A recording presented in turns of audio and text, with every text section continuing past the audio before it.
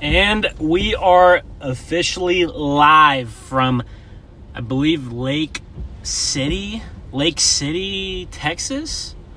I believe that's where we are. And we're just southwest of the Houston metro area, very close to the Gulf Coast here.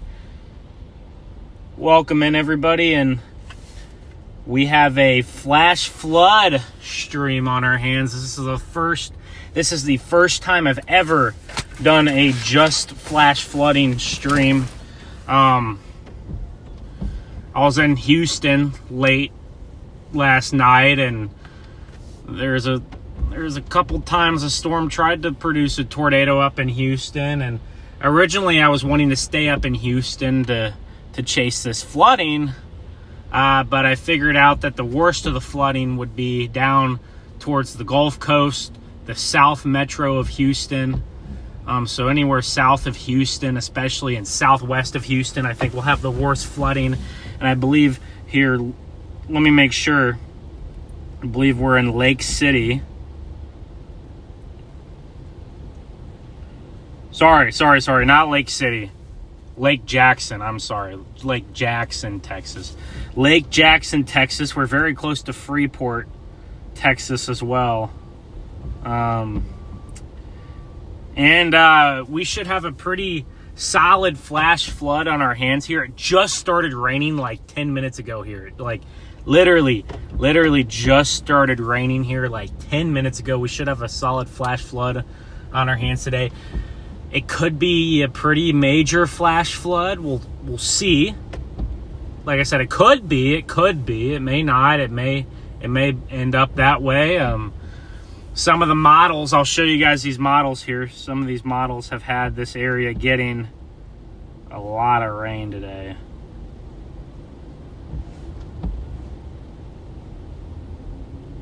You know, actually, of course, by the time I actually get ready to live stream, these storms kind of weaken and they put a little bit less rain out. But you can see here earlier today, look at this slow-moving complex of storms. This is all about the last hour. This thing has barely moved in an hour, and it's just dumping rain from Bay City all the way up to Angleton, Freeport. Here we are. It just hit here. And look at how much this line has weakened. See, look at how strong this line was, and then it's kind of weakened. But you see here, you have constant.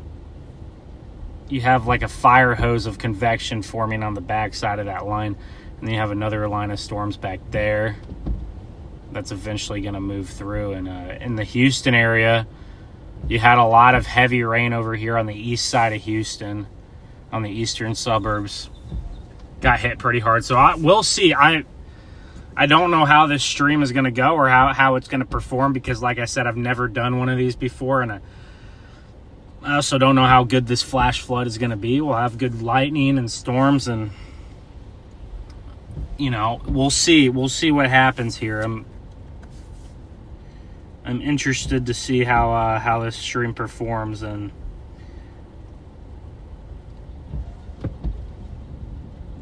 right now, I definitely think that some of this line of convection is really weakened. I'll show you guys what the models, some of the models have been super consistent on just south of Houston, picking up a lot of rain. I'll show you guys here in just a second.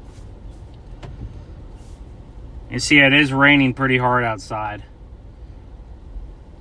Yeah, look at these models. You can see Houston's about right there. So you can see Houston right there, southeast Texas.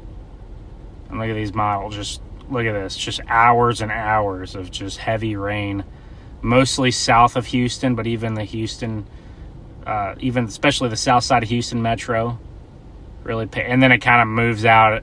The heavy stuff, it kind of moves out the heavy stuff by lunchtime. So I was thinking we stream this for a solid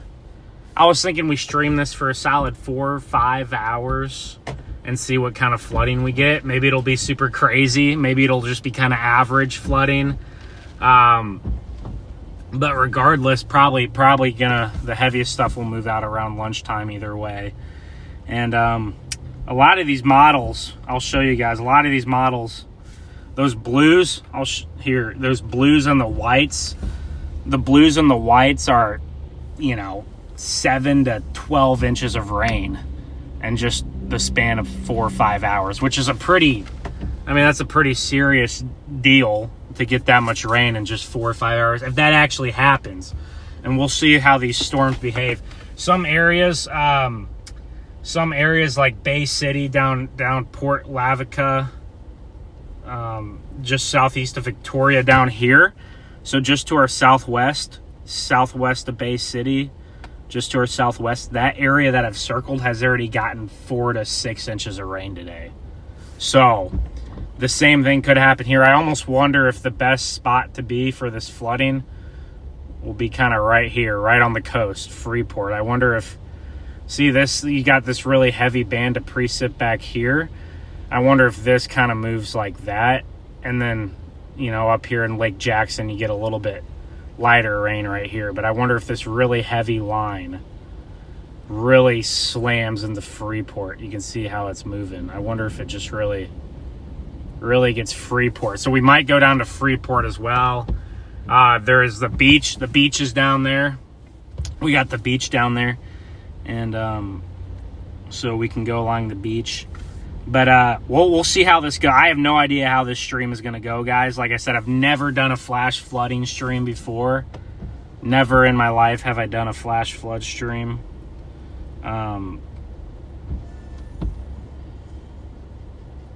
What's up, guys? G. Tyler, how's it going? Christy, what's up? Jiffy Box, good morning. Zombie Lover, Miss Wit. Well, hopefully we get something exciting on the stream. Maddox, how's it going? Marianne, what's up? Lisa, how's it going? Hope everyone's doing good. I was in Houston last night, like I said. I was actually debating going live. That one was pretty loud. I was actually debating going live at like 3 in the morning. And I decided against it. I honestly was too tired, and there wasn't like an immediate tornado risk, so I decided against it. But it's really raining right now. We'll see how much rain these areas pick up. I mean, if you get 2 to 3 inches of rain in an hour, that'll cause flash flooding, and I think we're gonna easily do that. Now, what I'm curious to know is, like, after we get really heavy rain for about an hour or an hour and a half, like how heavy it stays.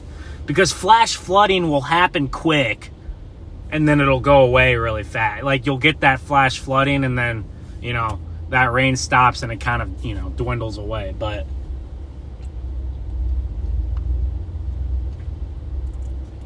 I'm about, give me a few minutes, guys. Give me a few minutes here, and I'm going to start to drive around this town. We'll drive around the town. I might run into the Buc-ee's. What's crazy about this area, I'll show you guys something cool. So this town that I'm in, Lake Jackson, Texas, is actually where Buc-ee's was founded. And what's really crazy is that there is 1, 2, 3, 4, 5, 6, 7, 8 Buc-ee's right here. So I'm right here in Lake Jackson, and look at this. These towns, guys, these towns only have about 15, 20,000 people. There's like maybe 3 towns here, all with like 15 or 20,000 people. So not like a crazy amount. And there's like 8 Buc-ee's. And this like it's actually like insane. Like actually 9. I'm on one of them right now. I'm at one of the, which is crazy. I'm not the biggest. Buc-ee's is a nice gas station, so, but I don't, you know, some people go crazy over Buc-ee's. I'm not one of those people, but I think that's kind of cool. Like, these towns are so small, and they have like a bajillion Buc-ee's. Looks like the flash flooding might really get going up towards, you know, the south side of Houston in the next hour or two.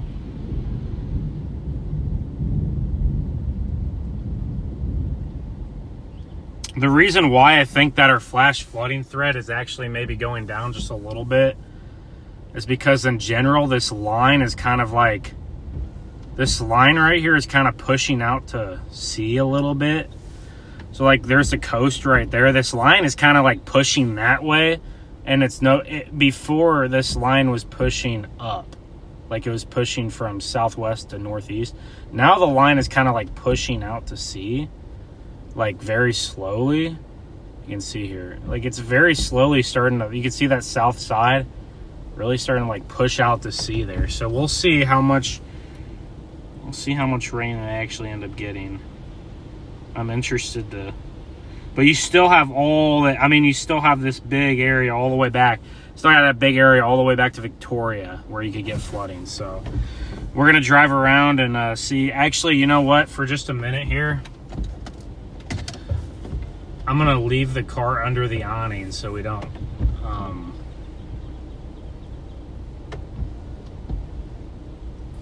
gonna leave the car kind of under the awning right here so we don't lose the visual, but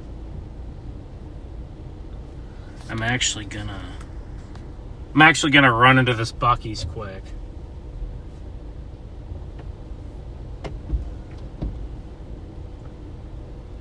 Of course, right as I start to do that, we start to get more rain. That's okay. No, but I'm gonna run into this Buc-ee's real quick. Hold on, let me go all the way back. Okay. All right, I'm gonna run into this Buc-ee's really quick, guys, and then I'll be back in like a few minutes. I'll be back in a few.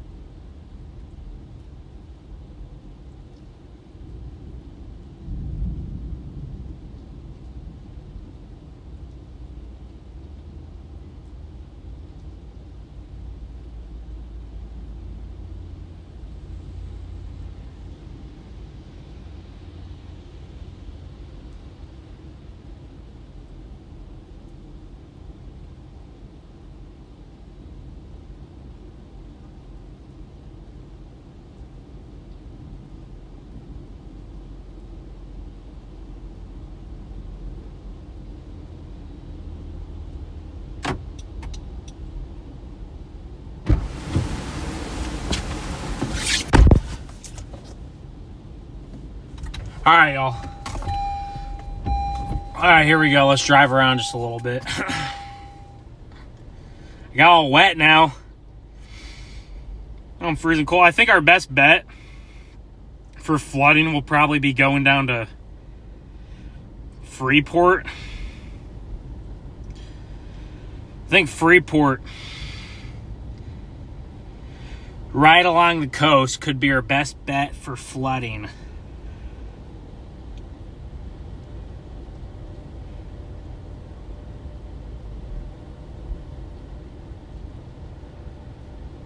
It might be our best bet.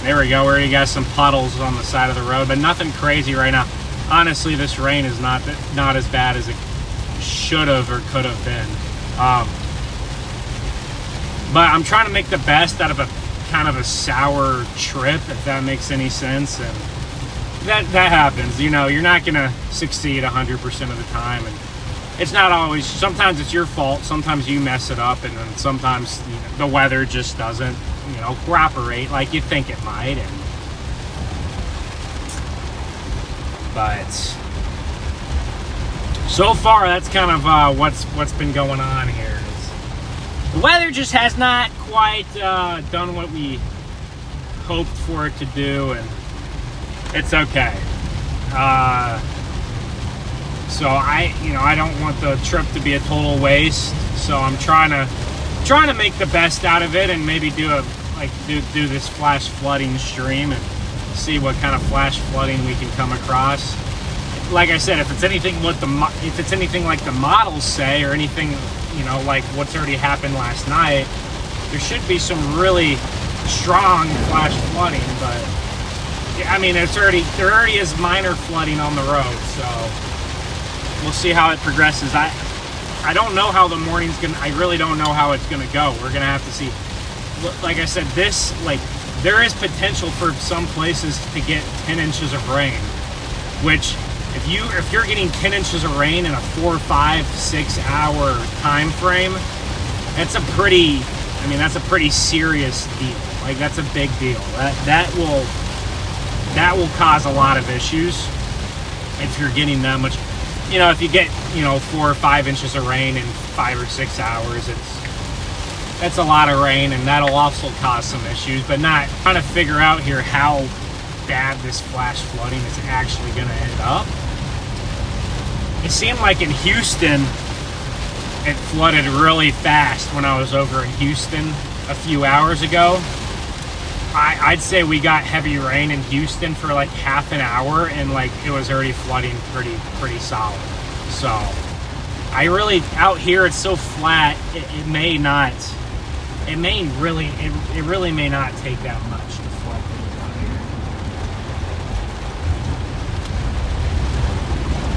here. There's quite a bit of water on some of these turns. Okay, we're not gonna go in that.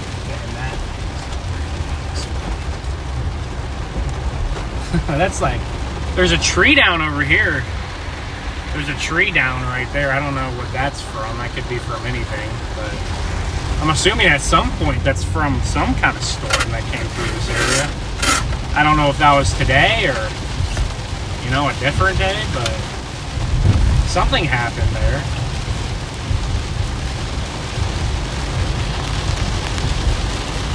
But let's go. It's gonna flood. Somewhere is gonna flood, and we're gonna be there to watch it unfold. And one of these towns is gonna have some major flooding issues, if not all of them.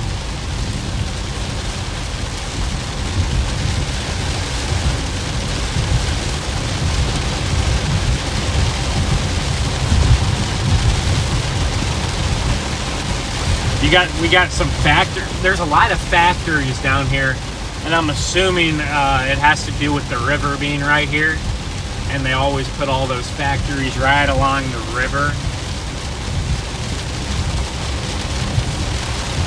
Got all these factories here.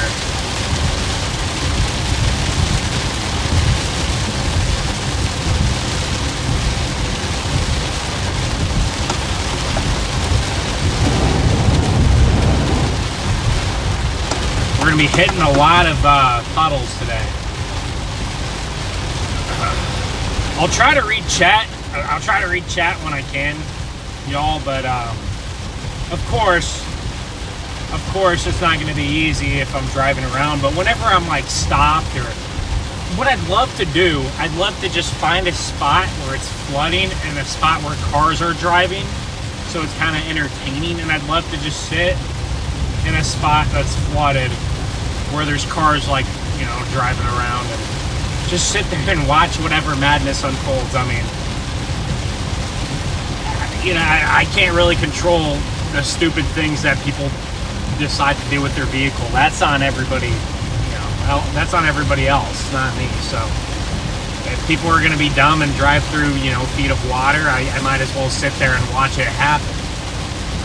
But you guys know the slogan. You always got to turn around, you know, and don't drown. Turn around, don't drown. Can I do this? I think my phone tells me I can legally do this, so I think I'm good. My phone says that's legal, so I think that is a legal turn. It's hard to tell.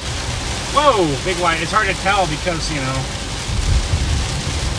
it's hard to see right now with the rain coming down like this.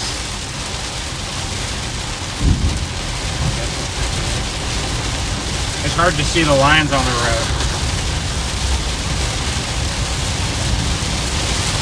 But if we get rain like this for most of the morning, it'll be a pretty big flooding event down here. Like I said, the HRRR model, I do think that many times, and I've seen this happen, many times that model overdoes flooding. It overdoes flooding all the time. But it's been painting a pretty crazy picture flooding-wise. The RRR is pretty bullish on it, and I'd have to slightly disagree with it, but I still think it'll be a pretty big flooding event.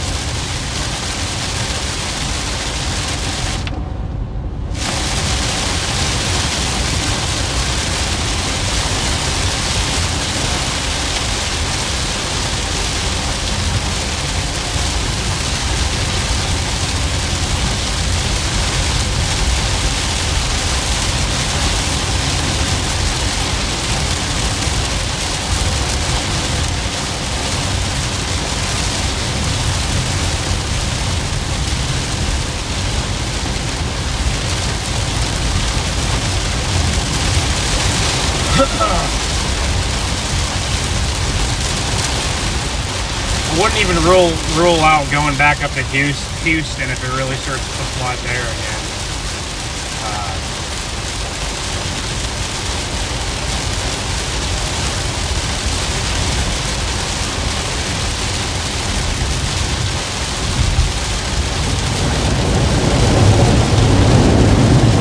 Here we go. This intersection up here was really coated in a lot of water. This whole right side of the road, I don't know if you guys can see, but the whole right side of the road is underwater by about 3 or 4 inches. Probably at the most 3 or 4 inches. I'm just gonna do a U-turn and turn back around, and then I'm gonna head down towards Freeport. Like I said, I think they're gonna get a little bit more rain than Lake Jackson. I think Freeport might get a little bit more rain than Lake Jackson, so we're gonna loop back around to Freeport.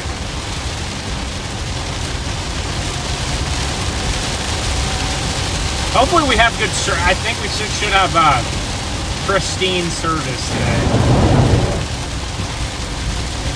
We should have pristine service.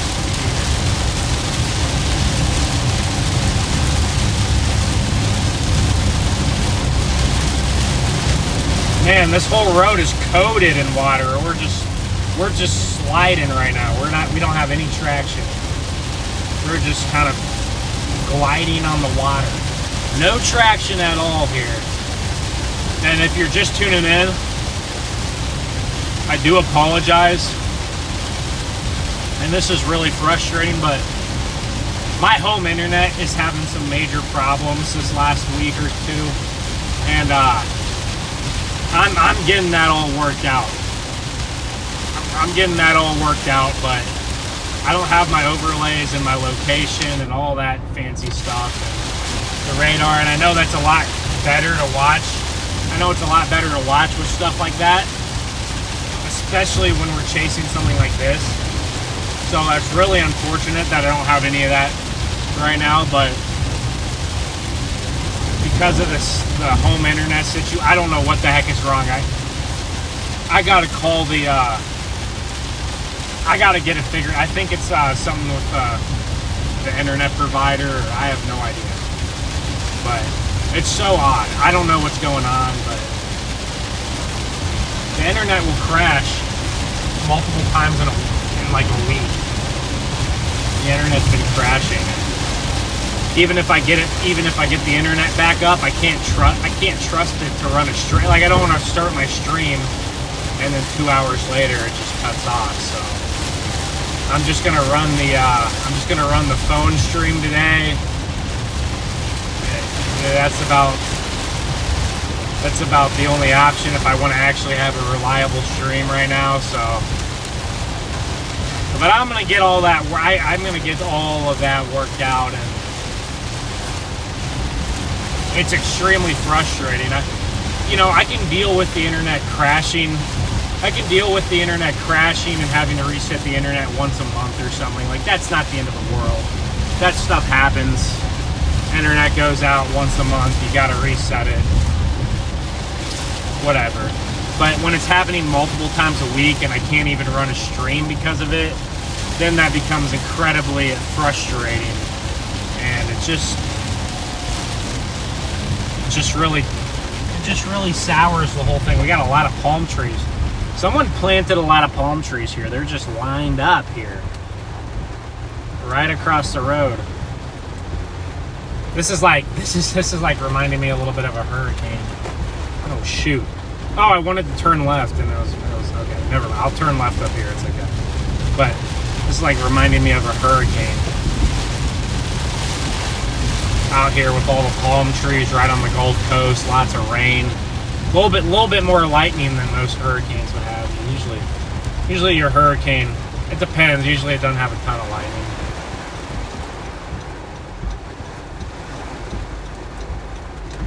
But these roadways are getting pretty, it's only been raining here for like half an hour. Like, it's really only been raining for half an hour here. And these roadways are getting pretty soaked. So, we'll see. We'll see. Flash flooding's tough. It's hard to chase flash flooding unless you're local. And this is why I came down here obviously to not chase the flash flooding, and this was like my plan C. This is my last resort, is chasing this flash flooding. Like, literally my last resort, guys. And unfortunately that's what I had to end up doing, and maybe it'll work out well, I don't know, but kind of my last resort here. And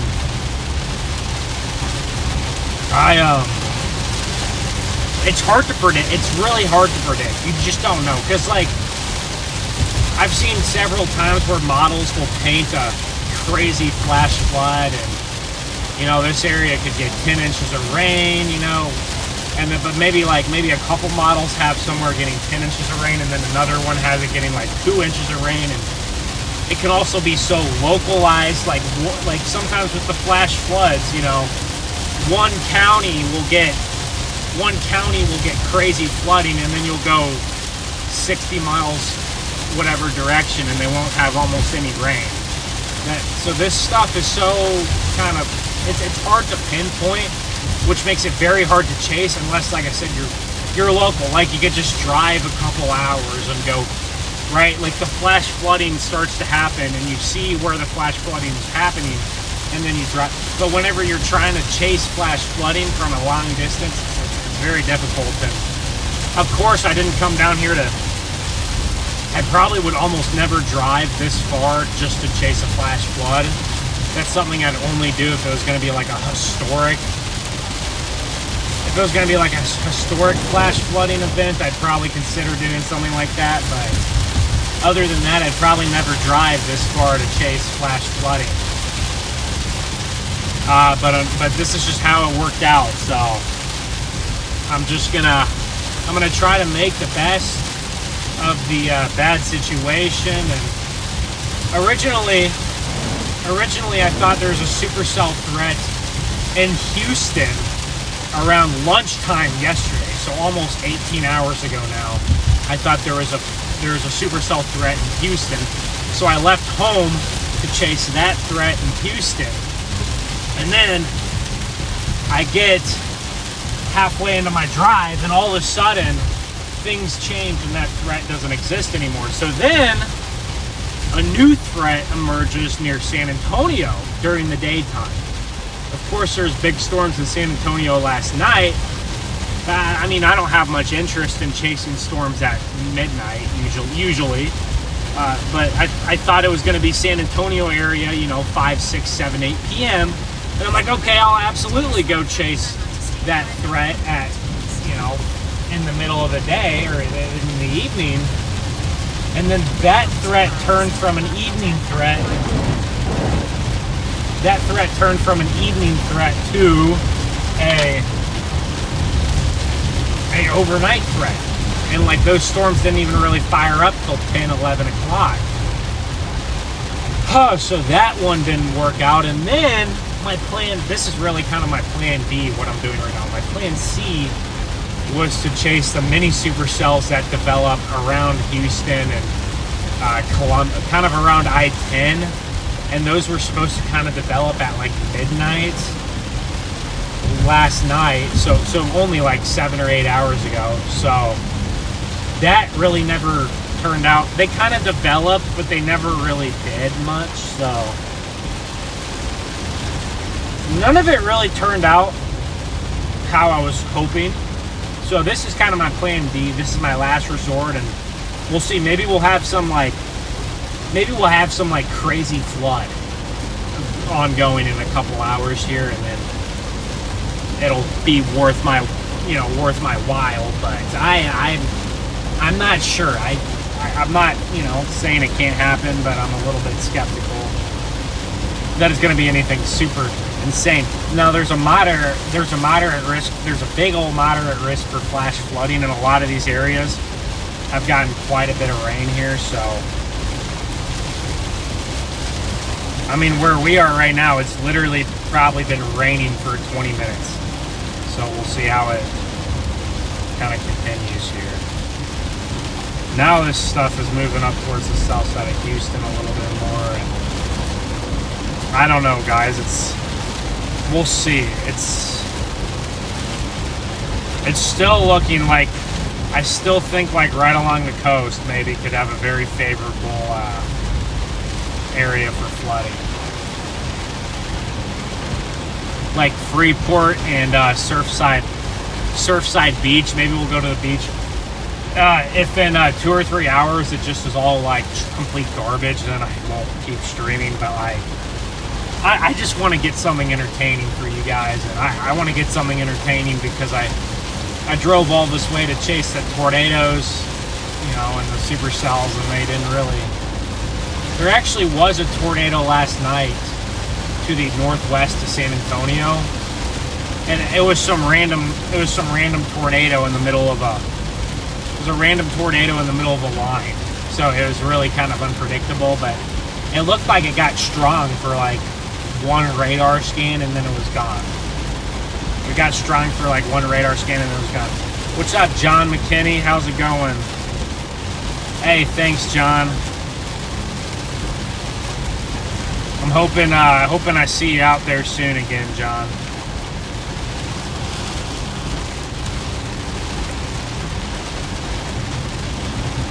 But we'll see. I think that even though this line of storms is kind of weakened, and I don't know if we're going to get the 10 inches of rain that the HRRR is painting here, but even 5 inches of rain is a lot of water. Even for this area that gets a lot of rain and floods a lot, it's still a lot. So we'll see.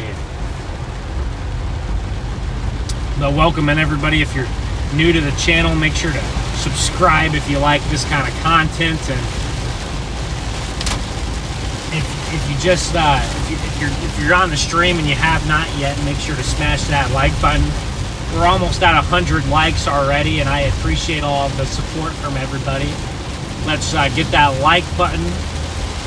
Get that like button smashed, and helps my channel out, helps YouTube put my stream into the algorithm. I appreciate it a lot.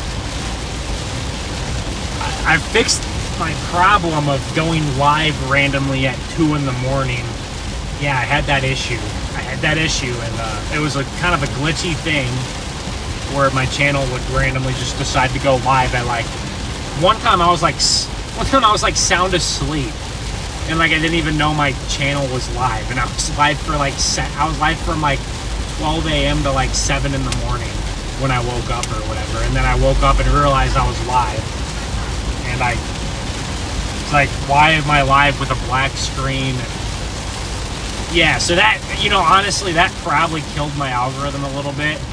Yeah, whenever YouTube glitches out and you go live for like 7 hours with a black screen, nobody's obviously watching because nothing's happening, you're just accidentally live, that probably messes with some stuff.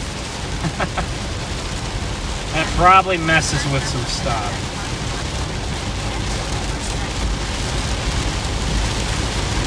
I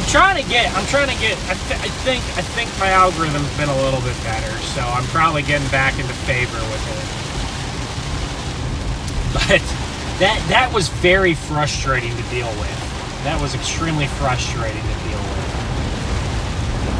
Oh, here we go. We got some water piling up right here. I wasn't even driving through that very fast, and we got some water piling up. I'm interested to see how bad this flood ends up being. I really think areas to the west, maybe we could go to the west and check some of that stuff out, but I really think areas to the west got absolutely smoked. But we're going through some kind of industrial zone. There's a crazy amount of factories here. Look at this industrial zone right here. Right along the Brazos River.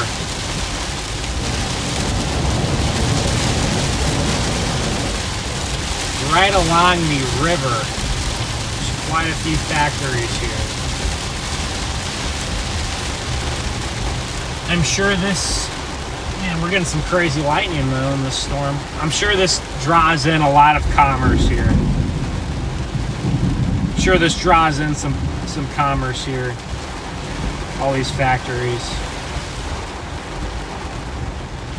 See, like Lake Jackson, where we started the stream, is already done with the heavy rain. Like, the heavy rain went through Lake Jackson for half an hour and it's gone. Just to the west of Lake Jackson, got heavy rain for like 3-4 hours. So, oh man, this line is really weakened a lot. It's just kind of stink. I didn't want to chase the flash flooding in the middle of the night because, one, it's harder to see if you're like, you know, watching the stream. It's hard to see what's going on at nighttime, and two, it's dangerous. Like, it's really not safe to do. One wrong, if you really have a bad flood, you know, a wrong turn could be a bad deal if you really have a bad flood. It doesn't take much to make one wrong turn and then you get swept up. So I really didn't want to chase at nighttime when the flooding was a little worse, and I thought it might continue into the morning to be really bad. And so far it looks like it's definitely a little bit more tame than it was. But if you're just tuning in, we're just kind of southwest of Houston. We're close to the Gulf, close to Surfside Beach and Freeport. And right now we're kind of having a little bit of a, there's the Brazos River right there. I think this is the Brazos River that we're going over. It actually looks pretty full right now. We're having a little bit of a letdown with the floods so far. And we'll have to see if that actually ends up sticking or not.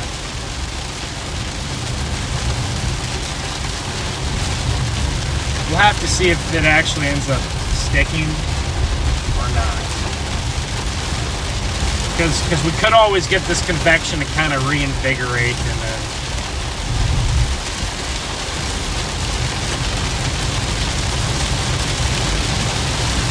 I'm going to head down into Freeport here. And we're going to check out this little town of Freeport.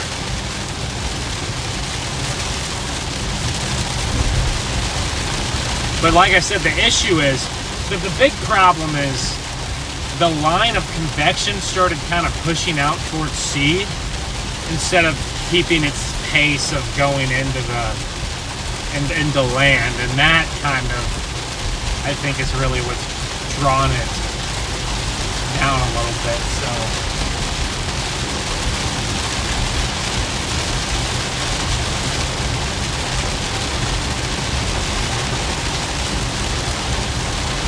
but it's been raining hard in Freeport now for, I mean, it's really only been raining hard here for about 25, 30 minutes almost, so not even that long. And we do have some minor flooding already, which is to be expected, I guess.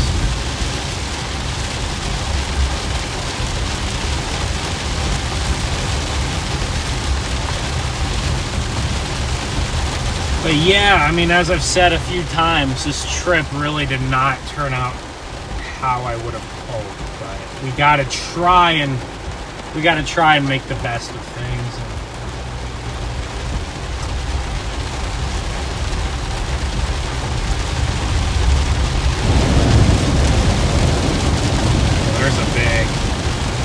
There's a big area. There's a lot of water on these roads right here.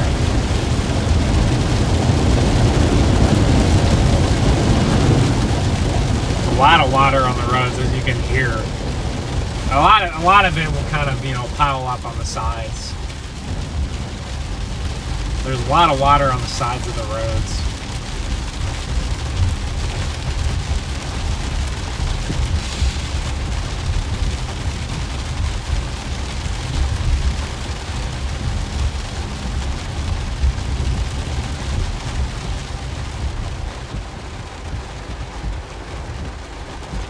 There's like a wire down in the road right here. That's kind of odd. Wait, is this a river again? Wait. There's multiple rivers. Okay, this is the actual Brazos. Oh, there's a lot of water right here.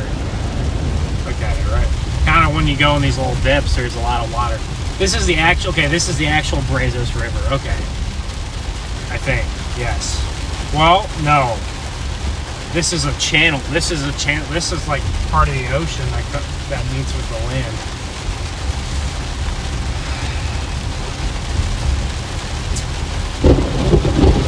Whoa! That one made my soul jump right there. My goodness. That strike was right behind us. It wasn't in view of the camera, but that was literally right behind me.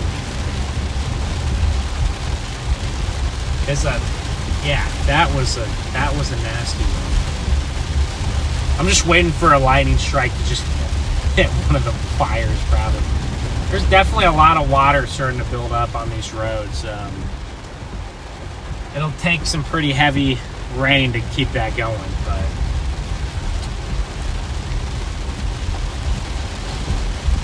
I don't really know what to do here, guys.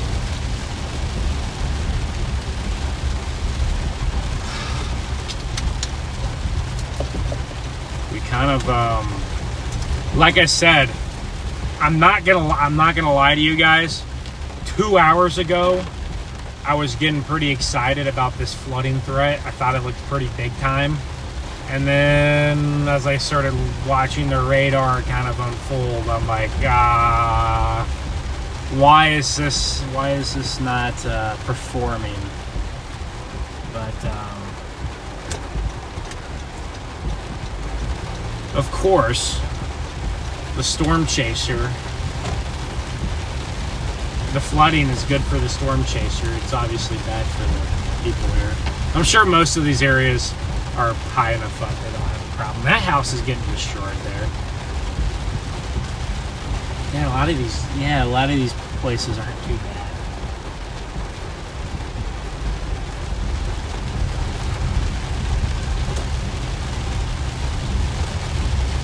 But if this flood doesn't do anything good, then it'll be quite the disappointing trip. But honestly, guys, I'm not gonna lie to you. I've had a very rough stretch of chasing the last 3 weeks. It's probably been one of my worst stretches of chasing ever, like in terms of like I've chased a lot and I've put a lot of effort into it, and I just have not gotten the results that I would have liked.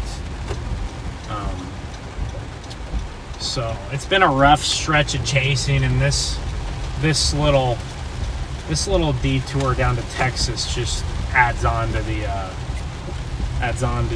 list of tough chases. But I guess I can't control the weather, so even though I wish I could, I can't control it. So I'm gonna sit here and I'm just gonna look at this radar and show you guys what's going on.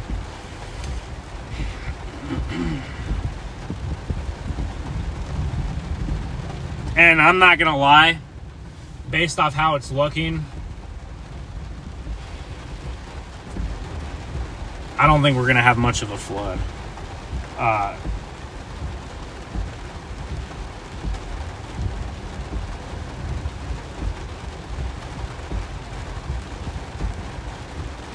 It's almost like the southeast side of Houston is where it's getting bad now. But look at it. I mean, like, look at this line just coming in. Look at this. You think it's all going to train on top of you, and then look what happens. It's pushing out. See how it's pushing? See how this line is pushing to sea? The south flank of the line is kind of pushing out to sea. I'm still wondering if this little back end of the line kind of comes up here. But it's like pushing out to sea, so... You know, it may not be quite as bad as it could have been. So that's good. I will say, you know, I actually will say, whoa. I actually will say, well, you know, there's actually this, like, line of convection setting up by Victoria, if you see there. Look at that line of convection starting to set up at over by Victoria and El Campo. This fire hose of convection could cause some issues. That might actually cause some issues. So, and Houston's been largely, the east side of Houston got some flooding, but other than that, it's been largely spared so far today. And right now, League City up towards Pearland. You can see, look at this. They're getting some heavy. Look at that. It's kind of stalling right over Santa Fe and League City right now. So I do wonder if this flooding, I don't want to like give up on the stream yet, because I do wonder if like this line is going to come through. And once again, like at this point, it is hard to trust models, but models are still consistently showing that line persisting throughout the morning. So it may end up I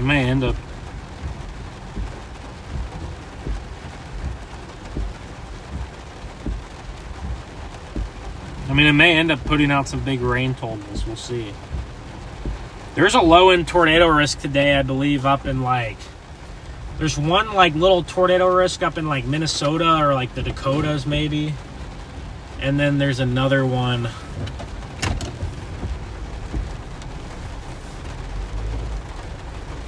There's one little tornado risk up in like Minnesota's and the Dakotas, and then there's another one across this area. And then another one up and then the same one goes from this area all the way up through Louisiana, Arkansas, maybe as far as southern Missouri. But I kind of looked at that and thought about maybe abandoning this and going to chase some kind of tornado. But nothing ever just really looked good enough to me. I'll show you. You can see here. Oh, well, there's not a tornado risk up in Minnesota. But you can see this one extends all the way from where we are down here, all the way up to Memphis, Little Rock, Jackson, Monroe, Shreveport, Alexandria. So you got a 2% risk for tornadoes across the south today, and honestly didn't look too impressive to me. I really probably think that there's going to be a spin-up tornado in that zone. Surely there's going to be some kind of spin-up tornado in that zone today. But it's nothing that really looks like that's chaseable. Velocity is starting to show. Just passed by Lake Jackson, has potential velocity shown up. Hey, yeah, John does the streams too. Is there any way I can support you? What? Hey, what's up, Marie? Whiskey Omega, Maddie, how's it going? What's up, guys? Tim Shaw's in the chat. What's up, Tim?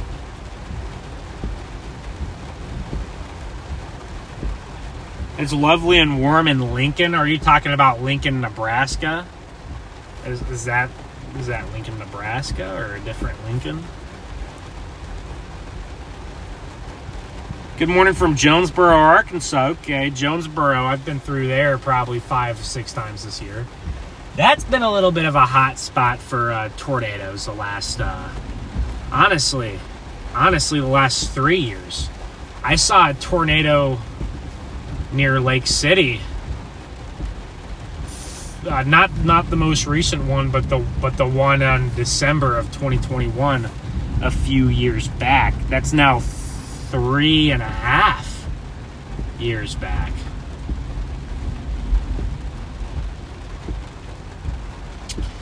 So I'm honestly just trying to figure out how to chase this flood. Like, I really don't know.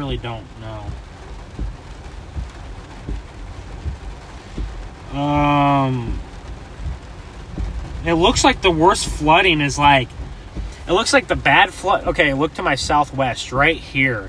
Right here, it looks like they've had the worst flooding. Look at this. I'm going to loop this. Right there, see that? Just continuous.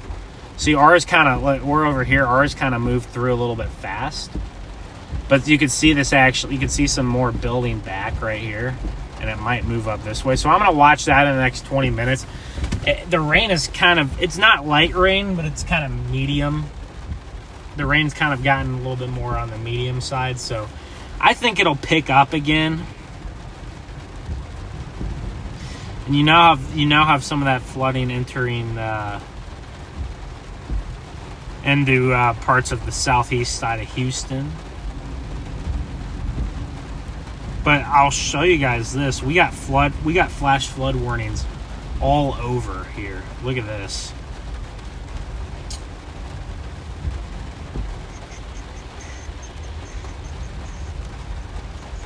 All those green boxes are flash flood warnings, and I assume that in the next couple hours we're gonna get some right here, and maybe some more up here. This southeast part of Texas is gonna fill in with these green boxes, but you can see all the way back, and this is where I think has probably gotten the worst flooding, like over here. And I could. Well, the problem is the spot. Here's the problem, and this is why flash flooding can be so difficult to chase. The spot that's gotten the most rain that I would want to go try and chase is in the middle of nowhere. I think it's actually like some wildlife preserve, maybe, or maybe not. It's probably just swamp. It really probably is just swamps, and that's where the most rain has fallen, is in those swamps.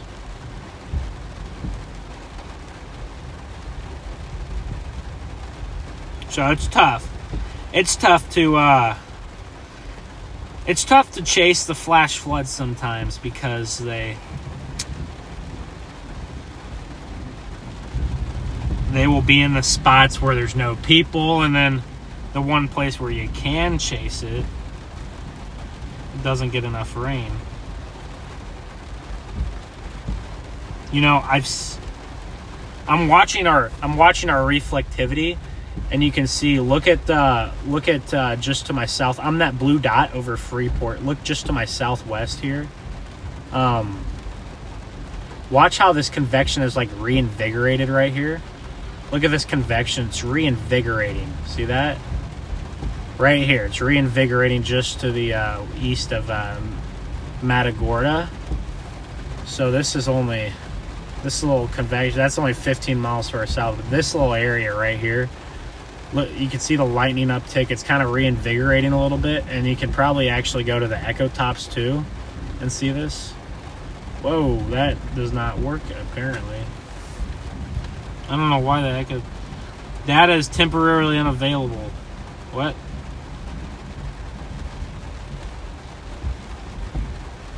Well, look at you can see how much our storms have, look at our storms an hour and a half ago. You can see those high echo tops, and then right as, I got a little bubble around me. Look, right as these storms get to me, they just lose their echo tops. Oh, they're coming. It's about to be a crazy flood. Sometimes that's what happens. Sometimes that is what happens. But that little area of precipitation is reinvigorating, so we'll see. And those models still have us getting a lot more rain, so we'll have to see how it goes. I'm gonna at least try to run the stream till 9 a.m. And if we get to like 8:45, 9 a.m. ish, and like there's not a ton happening, then we'll go from there. But we'll see if I can even get internet to look at some of this stuff. And I don't have my normal setup today, unfortunately. Like I said, if you missed it, I'm not gonna go on the whole rant again, but let's just say home internet, that was a nice lightning strike. Okay, there we go. There's the boom. Let's just say home internet failed multiple times, and I'm very frustrated. And I don't really know exactly how to fix. I don't know if it's just like the internet provider's problem, or if I need to get a new router or a new modem. I don't really know, but that is something that's gonna have to get fixed here, because if I have to, I'll run just like the phone stream, but obviously I'd prefer to have the overlays and the radar. I think all that stuff just adds to it, and I'd prefer to have all that stuff. But maybe we should try to go down to the beach. I don't know. Get a little bit of excitement going on. Maybe go down to the beach. I've actually never been to the beach in Texas before, so we're going to go try it. We're not far at all, actually. We're very close. So, let's do it.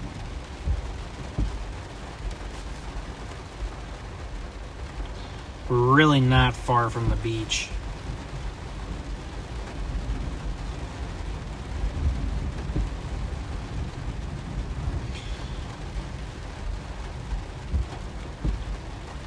But yeah, some of that convection is reinvigorating, so we'll see how much of a flood threat it really gives us in the next couple of hours.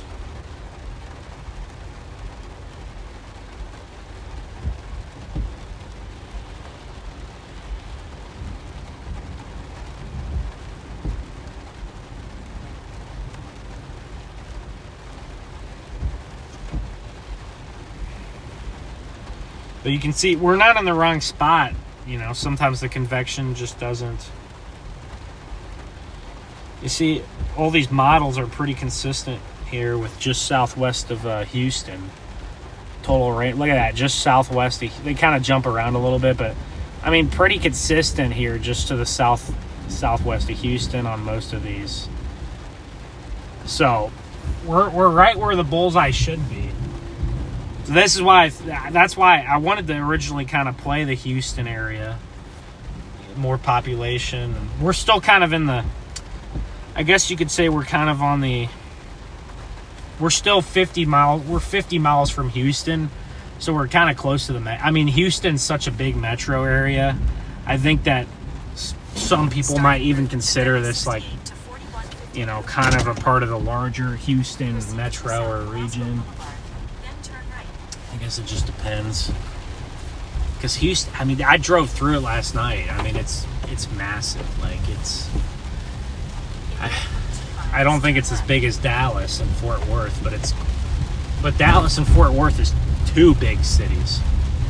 Houston's just one, and it's that big. So I'd say it's arguably more impressive. Because it's just what Dallas, Fort Worth is kind of two big city, one really big city, and then kind of a big city, kind of conglomerated together, and then to make one mega city, one mega metropolis, and then you have Houston, which is just one massive city.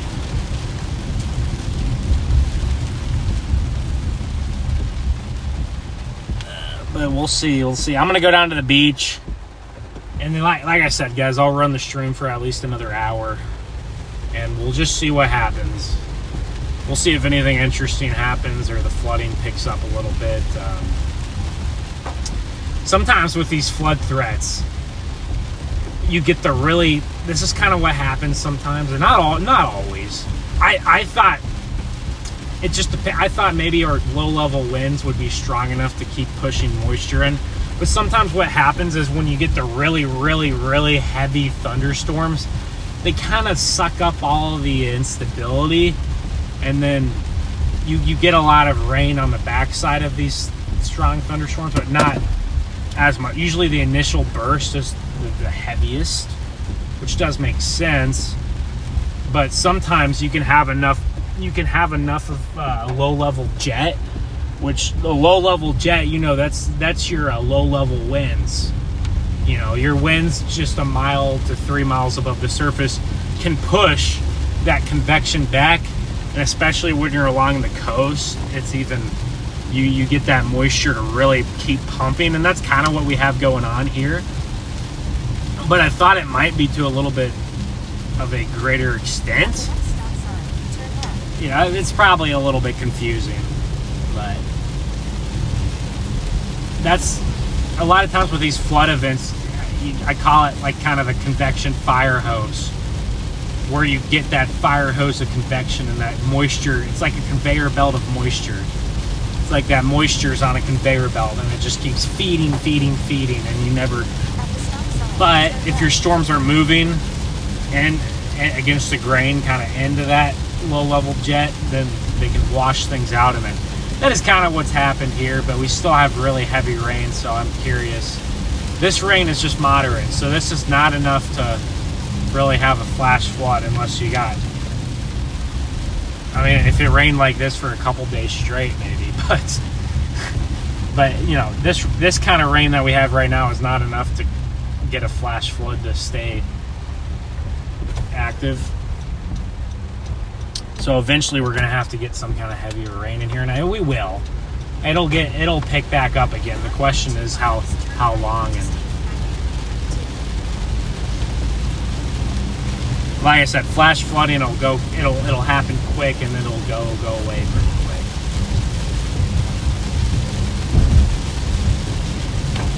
I've only ever chased flash floods.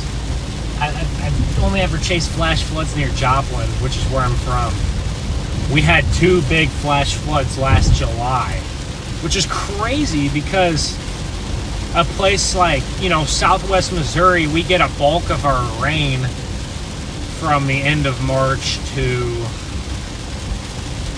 the end of May. So kind of that 2-month span, the end of March to the end of May, that's probably when we get a decent bit of our rain for the year. And it's not like of course it's not like a monsoon season like you'd have in the Southwest, but you get your really good rains, those 2 or 3 months out of the year in the spring.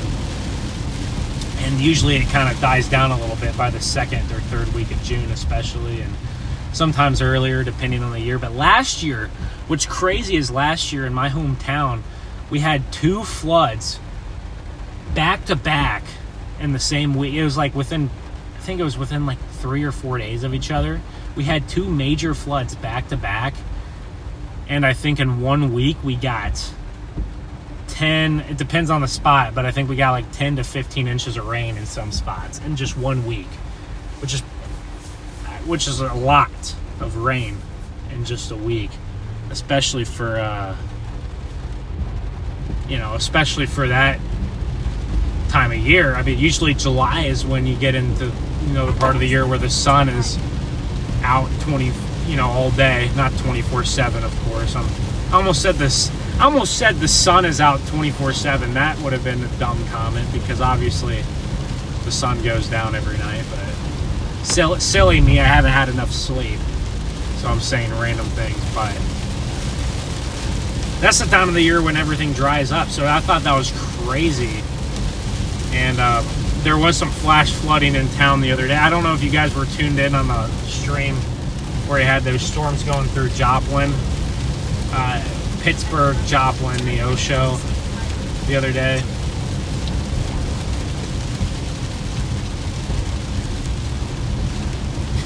The roads still have a good bit of water on them. They really do. But not quite as much as what we did have. There's another like I said, this area is where Buc-ee's was literally founded, which is crazy. I was actually driving around this morning, and I'm like, man, there's a lot of Buc-ee's around here. I was like, that's so weird. Like, usually Buc-ee's are kind of few and far between, but I'm like, there's a lot of Buc-ee's around here. So I looked it up. I'm like, okay, where was Buc-ee's founded? And the town that I'm literally driving through is where Buc-ee's was founded. I'm like, wait a second. Oh, I'm literally here. So that makes sense why there'd be a million Buc-ee's in these towns that in any other part of the country wouldn't even have a reason to have one. But I thought that was interesting, and Buc-ee's was founded in that town right there, Lake. Oh, I'm blanking again. Lake.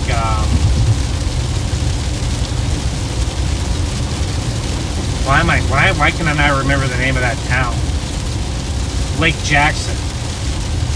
Oh my God, Buc-ee's was literally invented in Lake Jackson.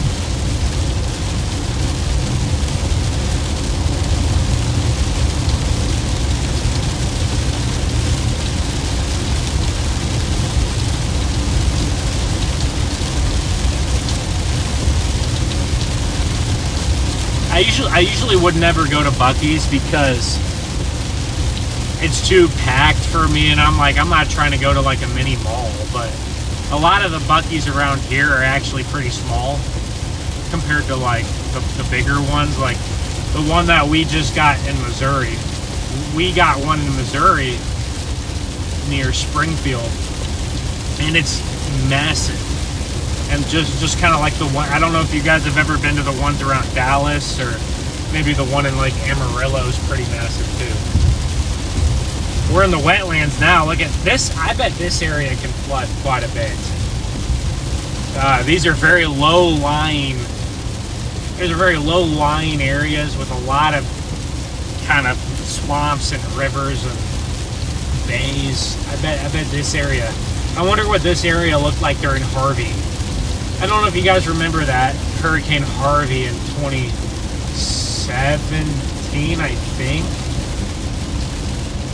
It was a decently strong hurricane, but the main thing it was known for was a lot of hurricanes are, will do the worst damage with the flooding, not even the tornadoes or the wind or the storm. Sometimes it is the storm surge that does the most damage, but a lot of times it'll end up being the flooding. All right, here we go. We're going to the beach here. And I assume that this is a pretty popular spot this time of the year, but probably not today. The beach probably is not popular today. But I'm sure this is probably peak season out here. June, July, August. Everybody's on, all the children are on summer break, so a lot of people take their vacations. I'm sure some people probably have their summer houses.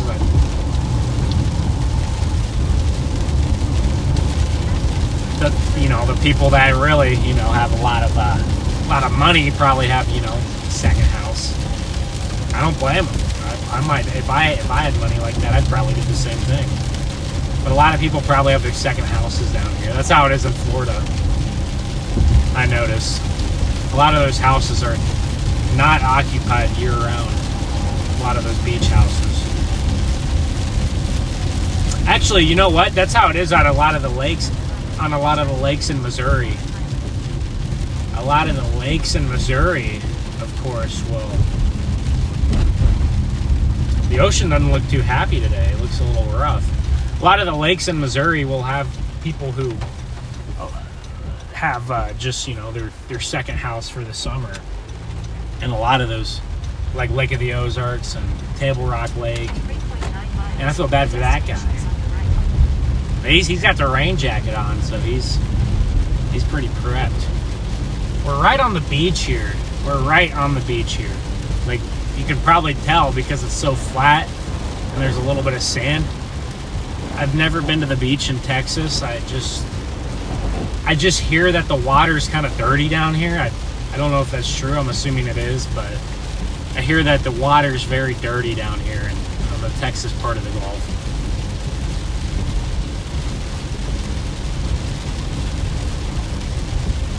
It's kind of the same. I guess it's kind of similar to, I guess, Mississippi, maybe.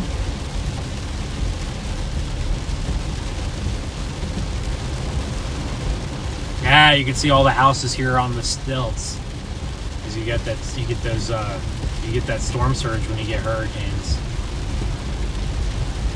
It'd be interesting to ride out a hurricane right here. This would be a fun little town to do it in.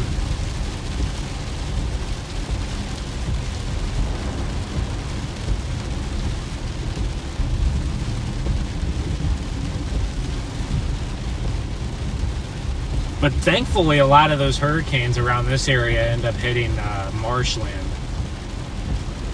because there's so much swamp. There's more swamp than areas that are having it. There's a lot of flooding going on here. You can see in the grass to my right, there's a lot of water. A lot of water. These roads are pretty wet. Look at this. Oh, we got a lot of water right here on the road. At the next stop sign, turn right. I don't even know where I'm going, guys. I'm honestly just kind of taking a joyride through these little neighborhoods. There's a bar right there. It looks like a bar on the right. Yeah, the beach ain't too busy today. If you guys want to come down to Surfside Beach, you'll have it all to yourself today. There's not much going on Surfside right now. It's pretty chill. The water is not chill. I wonder if there's a spot where I could go look at the water. I honestly I don't feel like getting out. It's kind of chilly when you get the rain on you, but should have brought the swim trunks. I could have went swimming. I did do that. Whenever we chased that blizzard, it wasn't a blizzard, but for Florida standards, it was a blizzard. For Florida standards, we chased that blizzard, that big old snowstorm, and it was right up on the beach. We went right up to the ocean multiple times. I think I literally almost got frostbite because someone in my chat told me to go wade in the water.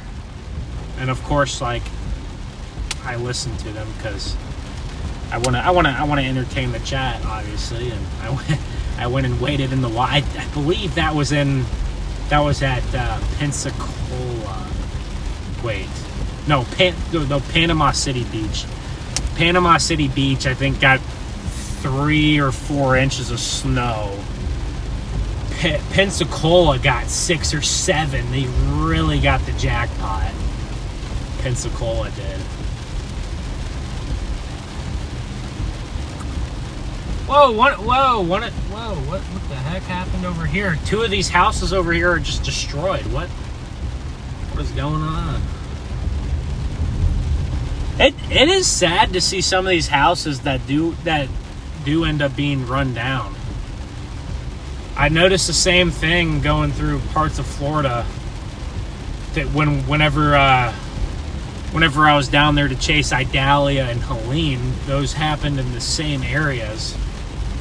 and I noticed the same exact thing.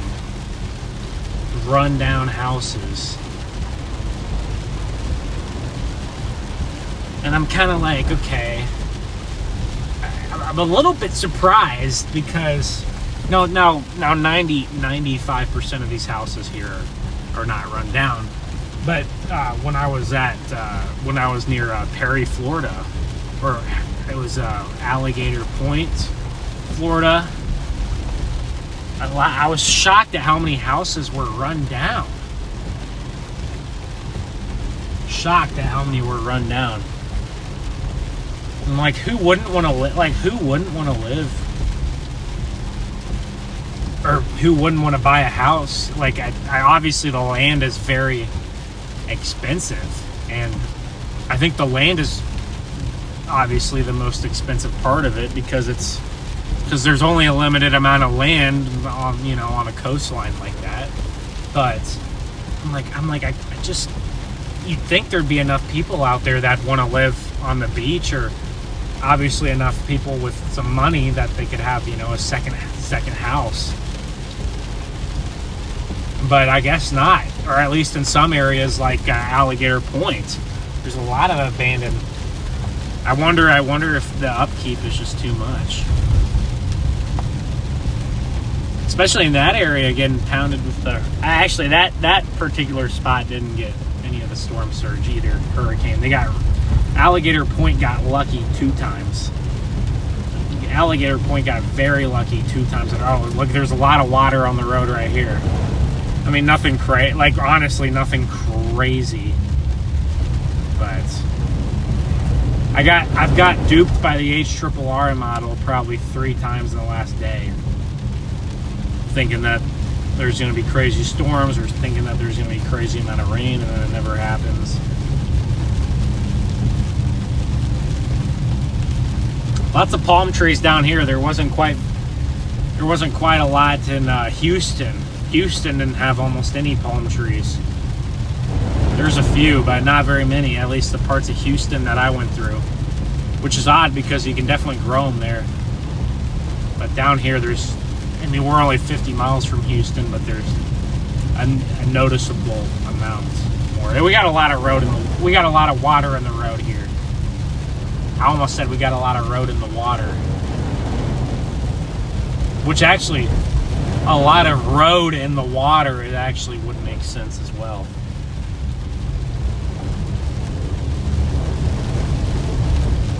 Here we go. We're gonna hit this puddle.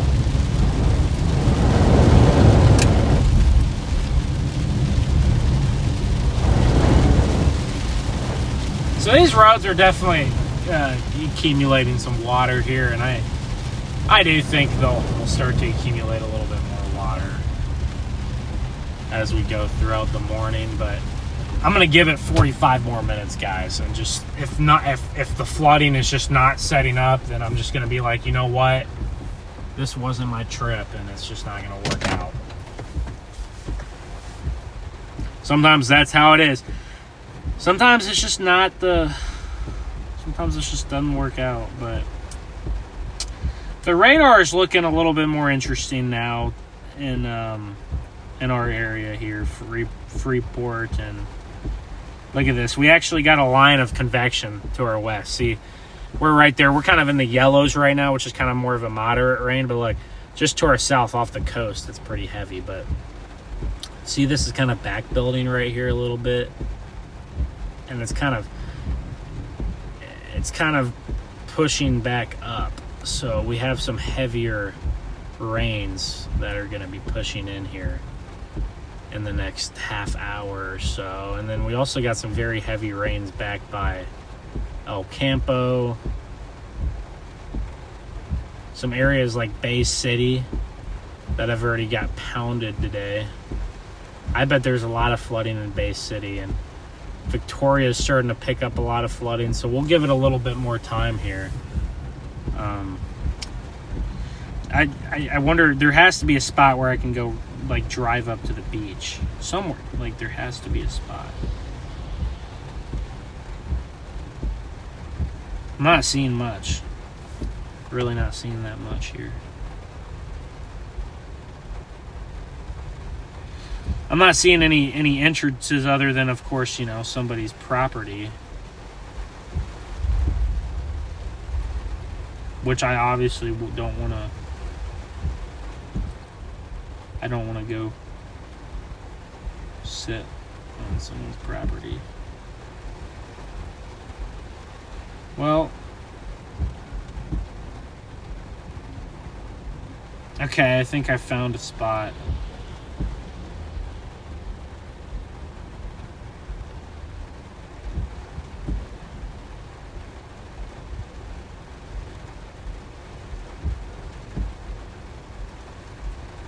Maybe.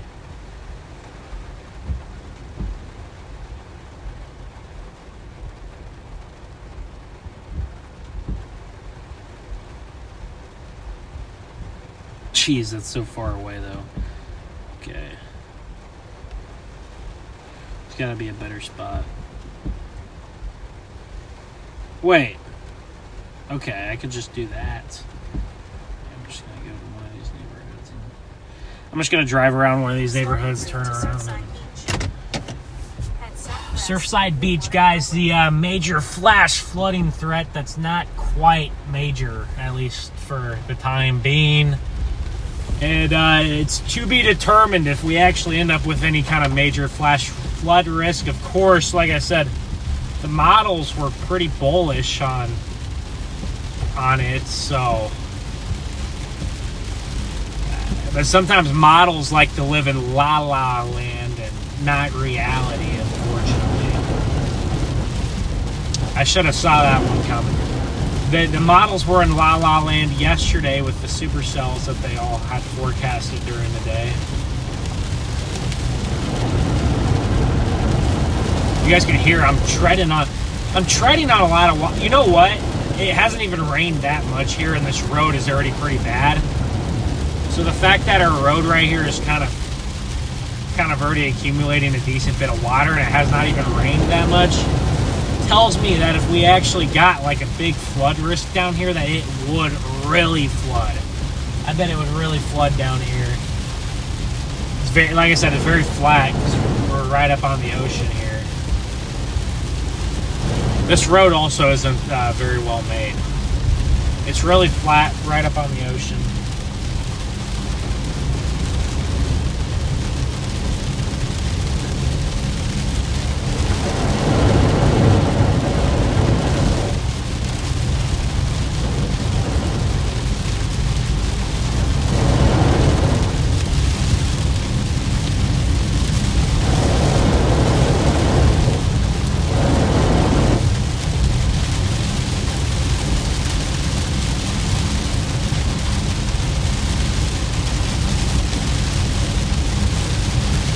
The last thing we want to do is hydroplane into a ditch. That, I mean, it would sure be exciting for the stream if I hydroplaned into a ditch. I'm sure you guys would be laughing at me, but that's not what I feel like doing. I've almost done that I've almost had a couple of close calls hydroplaning, but I've never actually hydroplaned off the road before. I've had a couple of times where I've hydroplaned and I've like actually been somewhat scared. But I've never actually ended up, you know, off the road. So that's something I'd like to keep. I'd like to keep that streak.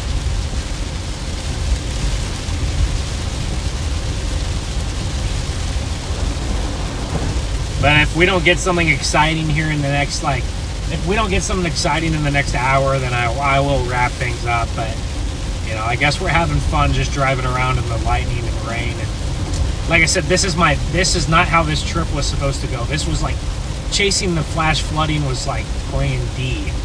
And sometimes you end up on plan D, and sometimes plan D doesn't even work. And whoa!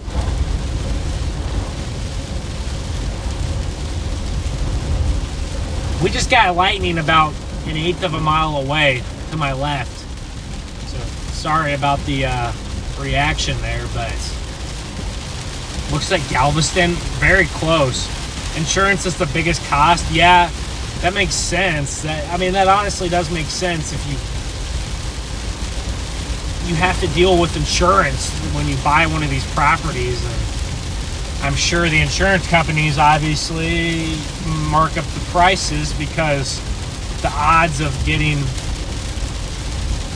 a flood or storm surge are a little bit higher here. So that really does make that's kind of what I was thinking. That's the best explanation for why some of these properties end up abandoned, is because of course everybody would want to live here, but one, the property's expensive, just the land is expensive, and two, I think the insurance is probably what really drives it up. Surfside Beach, yeah, Jethro. What's up, Dash? How's it going? Norm. Yeah, well, yeah, we're not far from Galveston. We're not too far. Probably. I mean, we're probably 40 miles from Galveston, maybe not even. About 40 miles from Galveston, so. That's why it looks like Galveston. Chat, I gotta know, is the water actually like gross here? Or do people just overreact about it? Is the water actually gross on the Gulf Coast? Or do people just make a big deal out of nothing? I need to know. Because like I said, I've never actually been to the beach down here. I've been to the beach in Florida multiple times. I've been to the beach in Alabama one time.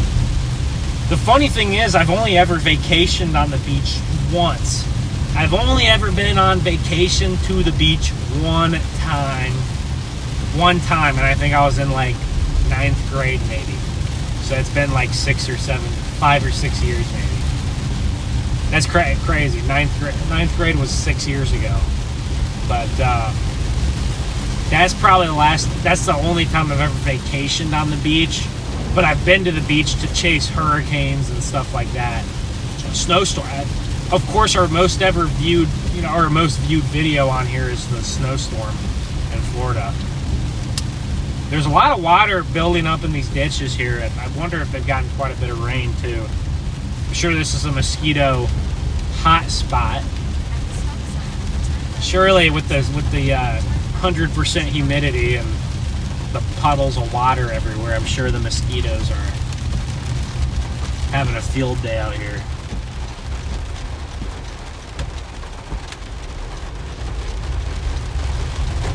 Okay, I think we can actually get up onto the beach here.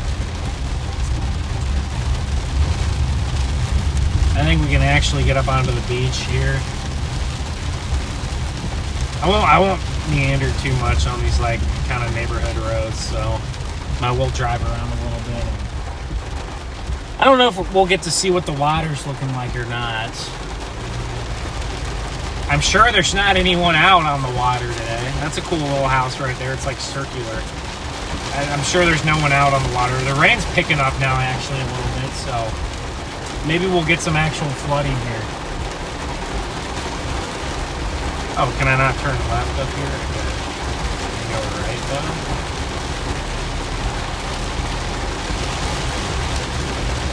No, the water is not calm today, that's for sure. You can see it right there. The water is pretty agitated.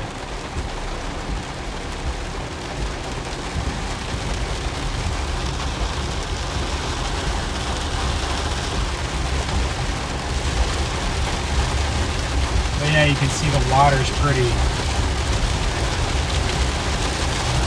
angry today. It's pretty angry today, but not crazy. I mean, I've definitely seen bigger waves.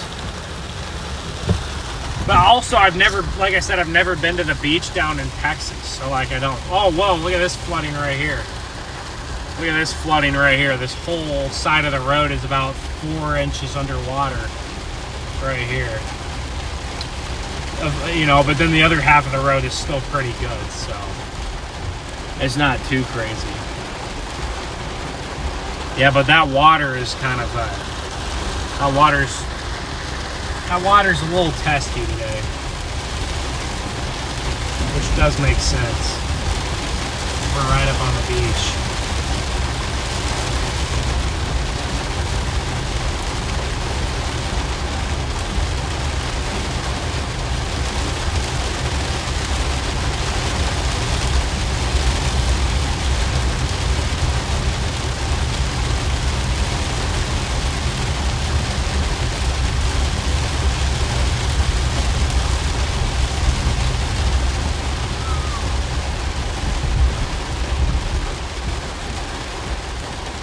Man, look at some of those houses that are like, there's a house way out there that's like literally built onto the sand. I don't know about that one. Those might not be there for too long.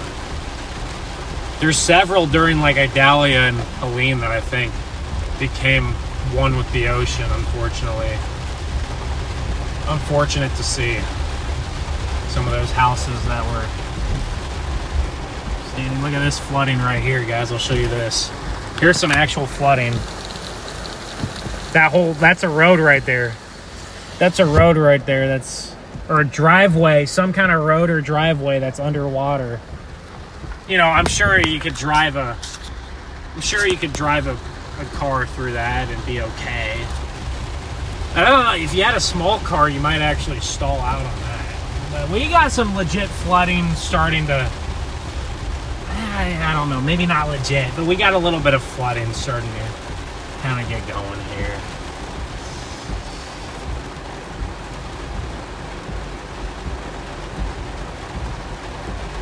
We'll see how this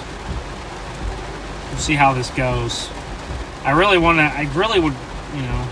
Okay, we got heavier rain now coming back into Freeport.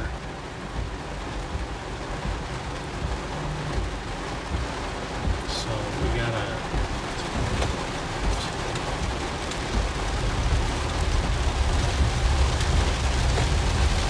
we do have some heavier rain starting to come back into Freeport now.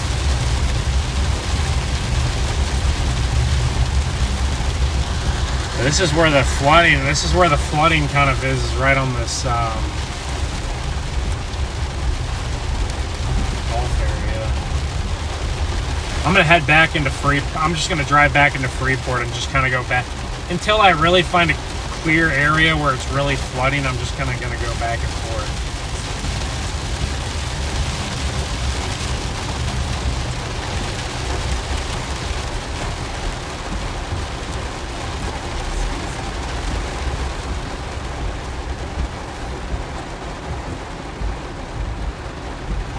Man, that truck doesn't even have his headlights on, man.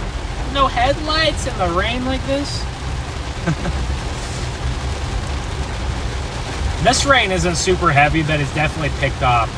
We're definitely getting a little bit heavier here. Proceed to the route. Isn't this my route? What do you mean? What do you mean, Siri? Yeah, I can tell this area definitely floods. I don't think this area has even gotten that much rain, so I cannot imagine if they actually got like the 10 inches that like some of the models were putting out. And I kind of knew that was a little bit of a long shot, but I'm sure some areas might actually end up with that. I think just to the southwest of here, in the middle of nowhere, where there's like nature preserves are, there's like state parks, might actually end up with like double-digit rainfall totals, but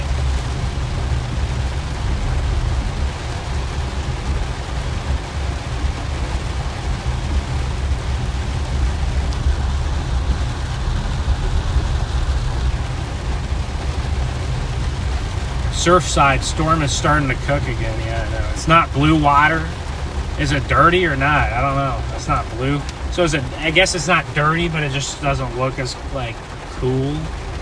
People love that like blue water, which I mean I kind of like it too. Like I kind of like those vibes of like you got the white sand and the blue water. You get that color contrast.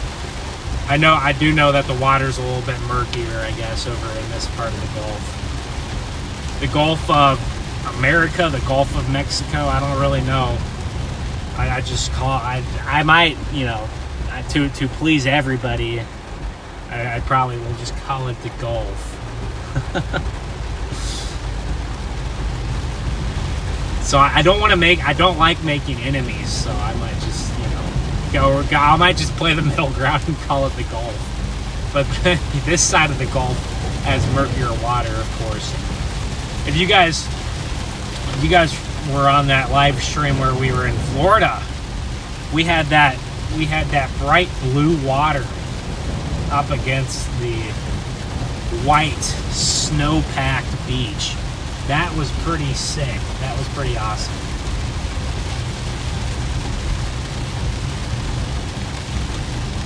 Still no flash flood warning, but I feel like at some point we'll get there, maybe.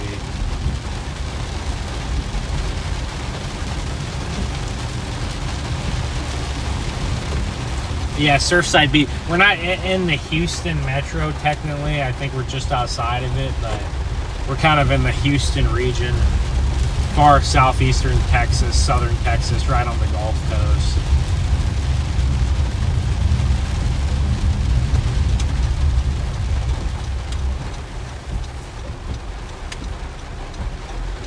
Oh, I'm gonna park the car here for just a minute. RV park right here. I'm sure a lot of the people who wanted to go to the beach today aren't too excited about this weather. I like the bad weather. It makes me happy, but some people. I also do like the calm weather. It's nice to have a nice sunny day as well, but some people don't. Some people don't love it. Let's see. Yeah, rain is definitely getting kind of. Yeah, rain is definitely starting to pick up a little bit more now, so that flash flood risk looks like it's trying to verify a little bit better now, but still, like, even this, like, this isn't like super. The problem is you just need really, really heavy rain, and that's just kind of not what we're getting right now, so we'll see.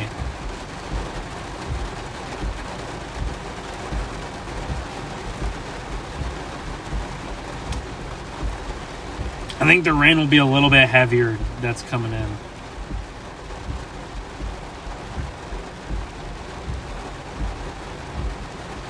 Nice landing. We might work our way back up to Lake Jackson.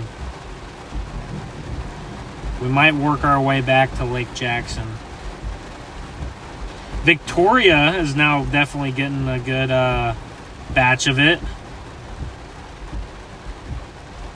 Victoria, Texas is getting slammed right now with flooding.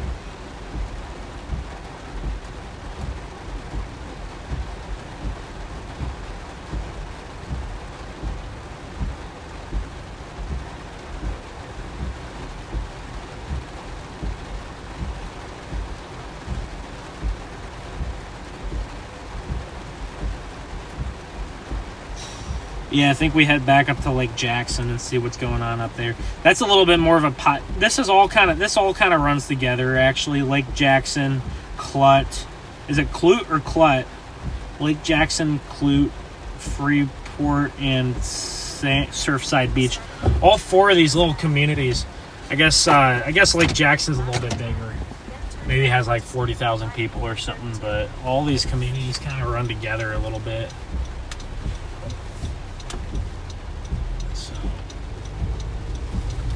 There's a Circle K right there.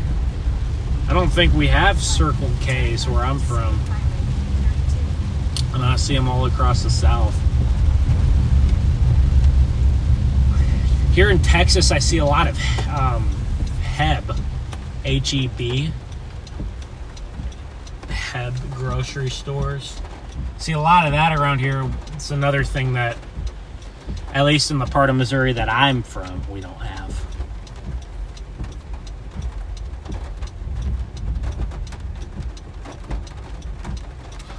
Nobody's at the light going any direction, and it's still waiting on me. I mean, I'm still waiting, for my turn here, and there's no other cars. Is this light broken? Maybe it doesn't have those sensors. Maybe it just is on a set. It might just be on a set timer. I know some of those lights have the sensors under the road. Where you'll drive over it, and the light will know you're there. But maybe those ones don't have the little sensor things. I remember when chasing some of the snowstorms, because there's so much snow, the sensors don't pick your car up. So like I would just be running the light. Like I would just run some of the lights because, you know, if you don't run the red light, like you literally sit there probably for an hour. Like you could literally sit there for an hour and the sensor's like, the sensor can't pick you up because there's too much snow on the ground. Or there's at least too much snow packed down at the very least. But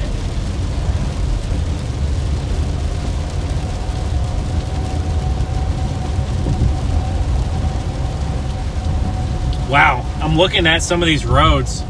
I'm looking at some of these roads down here in these like neighborhoods off to my right and left. And some of these roads down here are like legitimately covered in a good amount of water. So there's some, it's not the major flooding yet. We'll see. It might not ever be the major flooding. That was kind of the prediction, but sometimes the predictions don't always come to pass. But there's a lot of like marshy land up here with a lot of low-lying land and water, so I'm sure it doesn't take much for this area to flood a little bit. I'm wondering with the second batch of storms, it's moving a little bit slower. I'm wondering if the second batch of storms coming into Lake Jackson and Fremont, or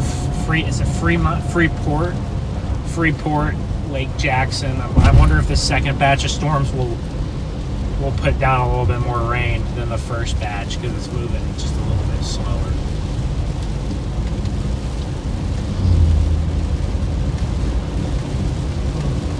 But if you're just tuning in, I'm just kind of southwest of Houston, kind of close to the Gulf Coast. My original plan was to actually target Houston. My original plan was to target Houston, but it became clear that the heaviest rain wasn't going to happen in Houston, so I kind of wanted to try to go where the heavier rain was. The heaviest rain actually happened to our southwest, but it was in the middle of nowhere in the middle of the night, so I wasn't obviously going to, like, there's really nothing to really chase. You have to kind of be in a town, and you know, you'd prefer it to be, I guess you could do it at nighttime, but you definitely prefer it to be daytime when you chase these flash floods. But you can certainly do it in the night too, but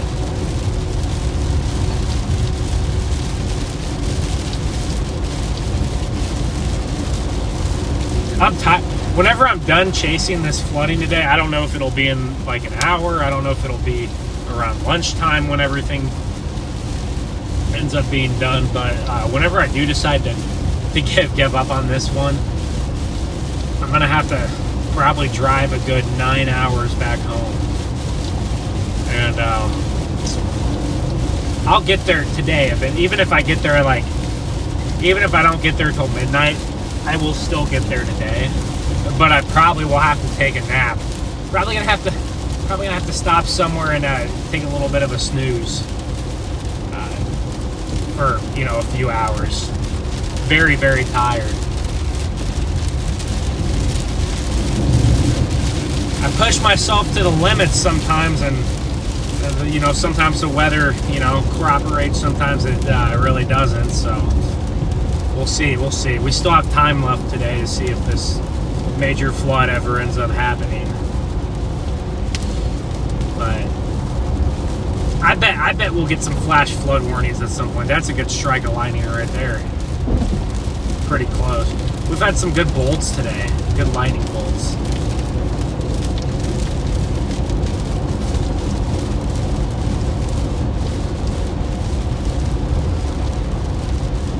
We're about to get a lot heavier rain here in just a minute, guys.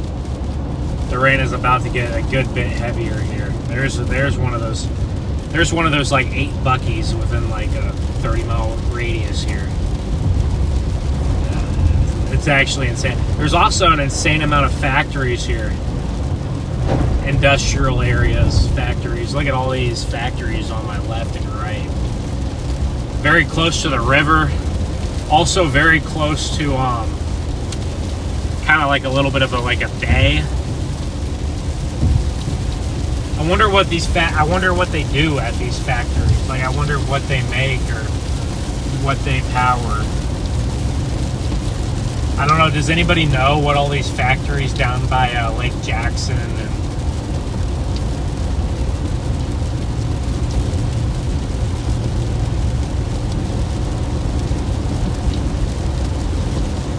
I actually think they're kind of an eyesore. I think they kind of look ugly, but I'm sure they have a very practical need and use. But I always think that, like, when I see a nice little town and then, like, it looks so nice, this little town will look nice, and then I'll drive to the other side of town and there'll just be a massive, like, industrial plant, and I'm just like, that's just kind of an eyesore to have a nice little town, and then you just go like a quarter mile down the road and there's an industrial plant. It kind of ruins the vibes, but you know, it brings commerce and population,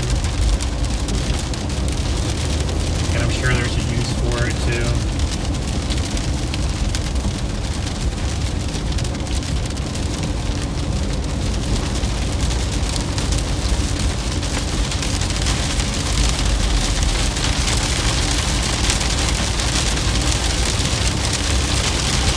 But like I said, the rain's about to get a lot heavier here in the next like few minutes, so just be ready for the rain to get a lot heavier, and we might actually get some flash flooding again here once we get up to Lake Jackson, I think.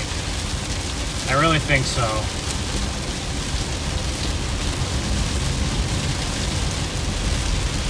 It's been raining pretty good in Lake Jackson for about 20 minutes now, and there's more coming at least for the next 30 minutes, so probably going to get about a couple inches of rain in the next hour there.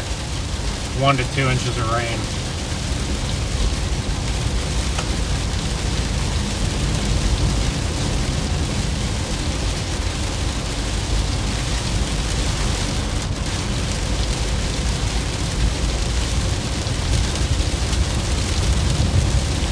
That's the lightning show across Houston is going crazy in that stratoform rain. We do have another line of storms back by Bay City too. There is another line of storms back by Bay City.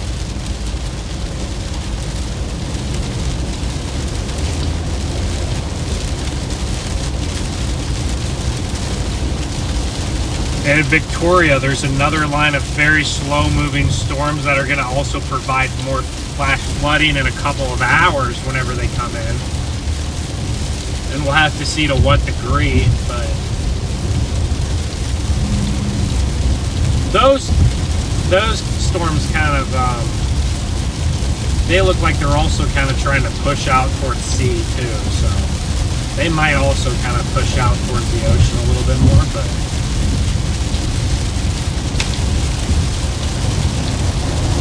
oh, here's a big puddle of water. There we go.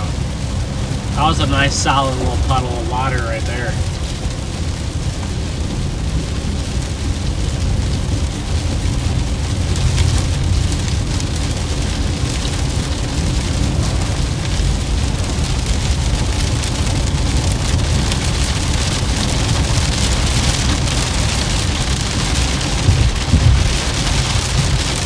So we're headed up towards Lake Jackson. And, oh gosh, I forgot what the other town is called right next to Lake Jackson. I don't really remember.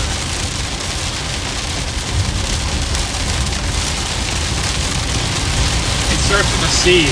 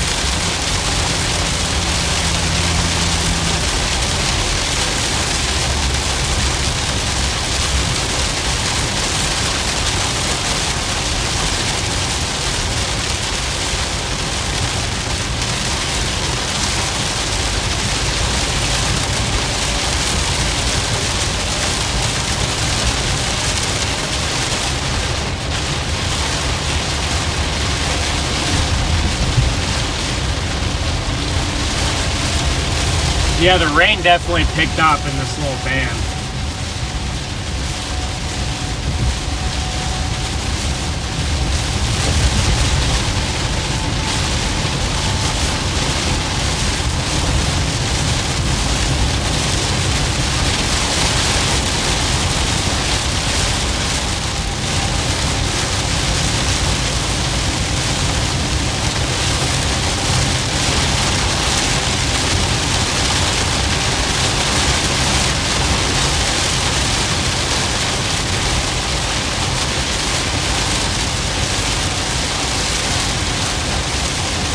It's nice to have a stream where I keep service.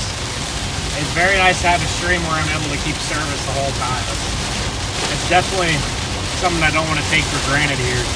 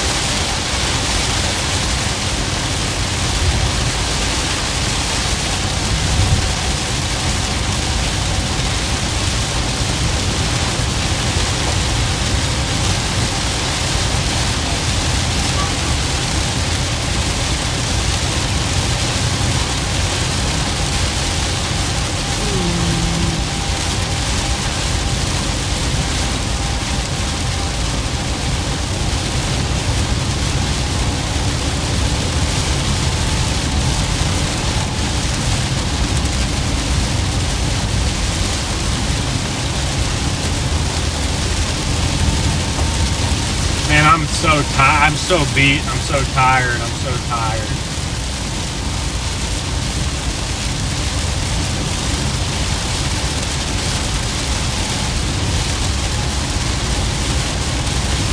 This is tiring what I've been doing out here.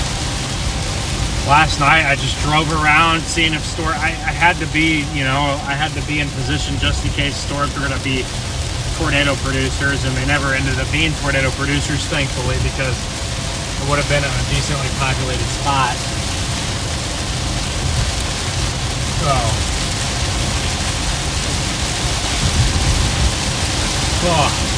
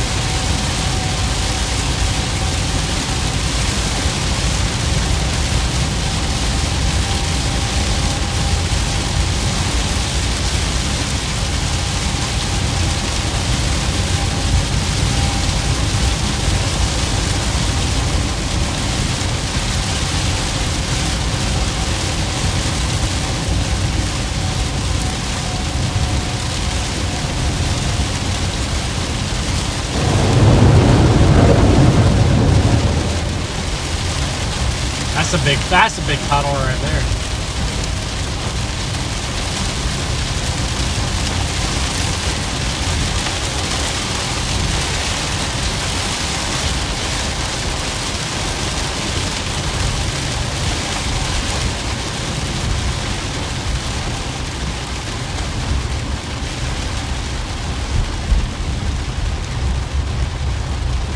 let's go look for some flooding here. See if we can find anything. Oh, there's a lot of flooding on the sides of the roads here. You can see right here.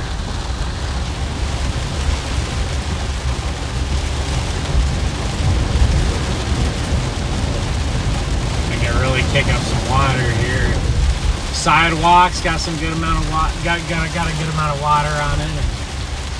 Nothing like crazy though. Like really nothing like what I was kind of expecting today. So far, we'll see how long this little cell propagates over the town. But like I said, I was expecting a lot more.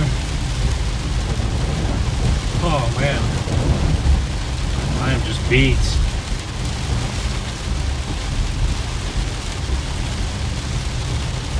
I am beat today.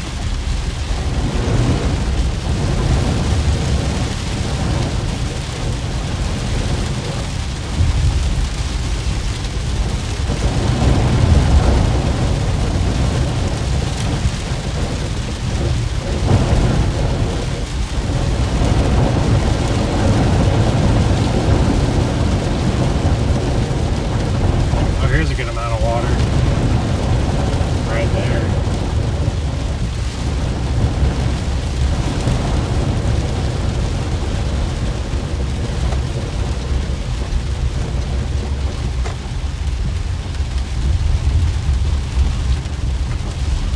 Nothing crazy, just kind of like a lot of water on the sides of the roads. Some pretty normal, typical stuff. Nothing major, really nothing major yet. That I've seen at least. That Surfside Beach area got pretty close a couple times to looking like something, you know, worth giving like a flash flood warning out. But overall, like I said, not quite as much rain as like what they're kind of supposed to get, which is good because this area, I can tell that this area is very flood prone. So it's definitely a good thing that they did not get as much rain as what was possibly forecast. Well, okay, here's a little bit of water right here. Definitely starting to pick up a little bit on these roads here, but not, like I said, nothing too crazy. Might have another burst of convection coming in here.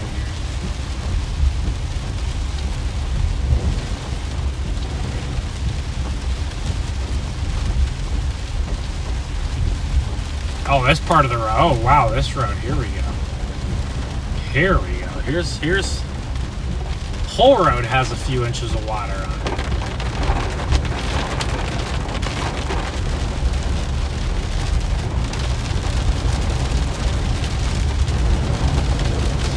Like I said, I wish I could just find a spot that's like filling up with water and just watch and sit and watch cars drive through. But I don't know if there's anywhere with actually even enough flooding to do that right now.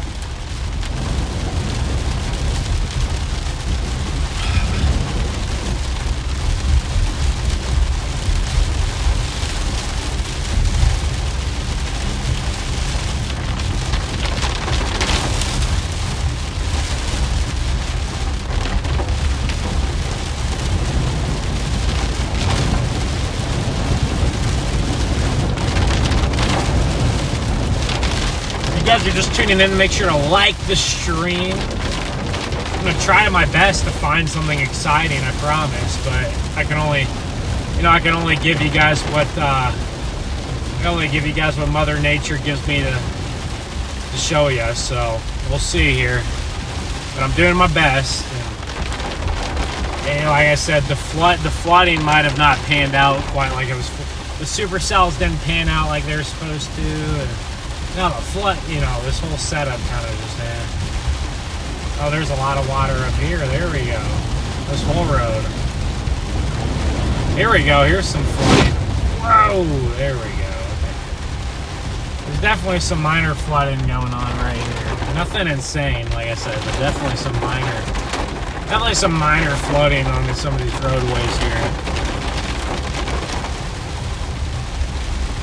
That was pretty decent. Like, if you got some more rain, I think that would flood pretty well. So I can tell that this town is. I mean, we've only got 2 inches of rain here probably, and this it's already starting to kind of flood. 2 inches of rain in 2 hours probably. So I can tell that if this town was getting, you know, a good amount of rain, that they would flood. So it's probably better.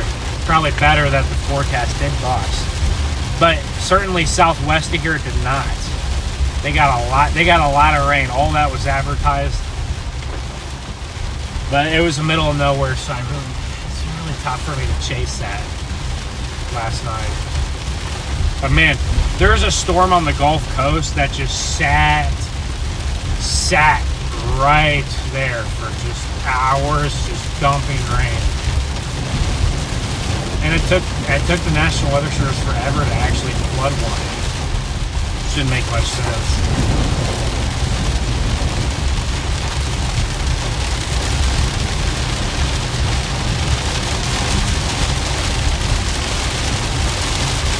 We're gonna get a burst of rain here, and then after this little burst of rain, it looks like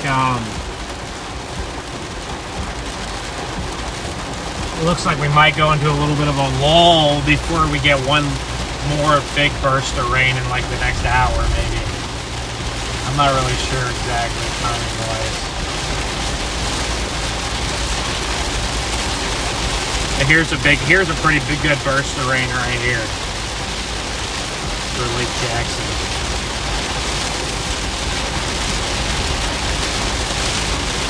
Probably for the next 15 minutes here.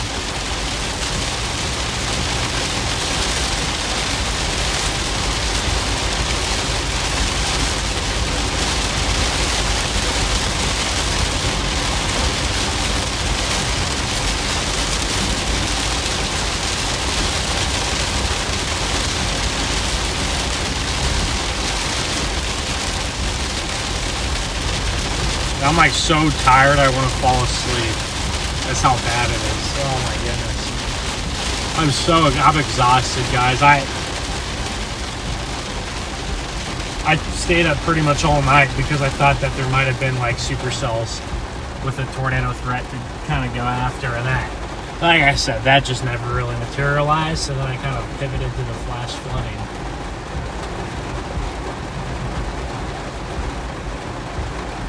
But man, am I tired? Am I tired? Jeez.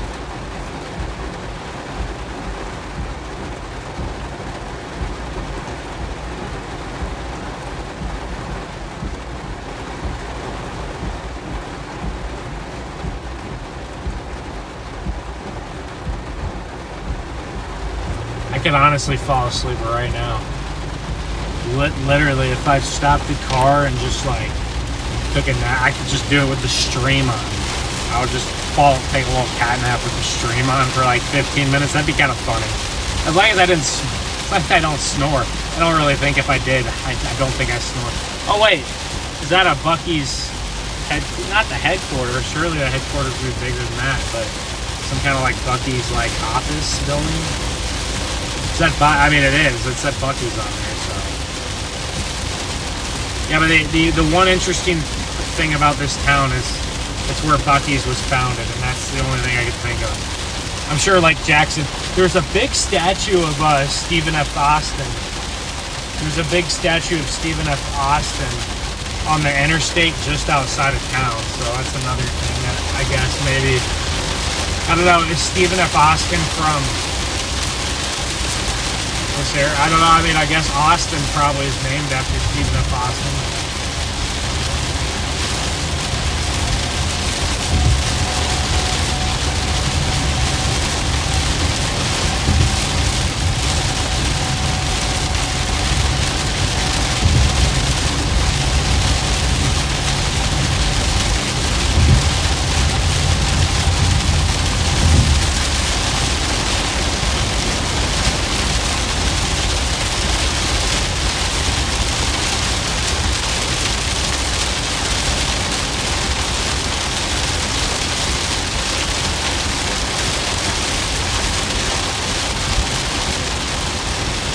Definitely getting a heavy batch of rain now. I don't think it's going to last too long. It's not going to last too long, but we're definitely in a heavier batch of rain.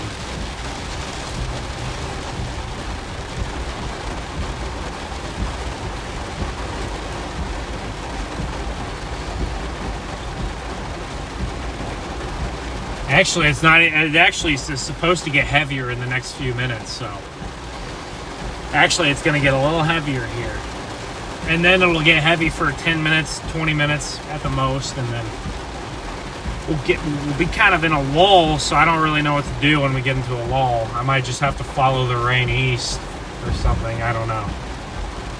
Maybe we get into a lull and I just take my little cat nap or something with the stream on. And then we have one more round of storms coming in that could dump more flash flooding.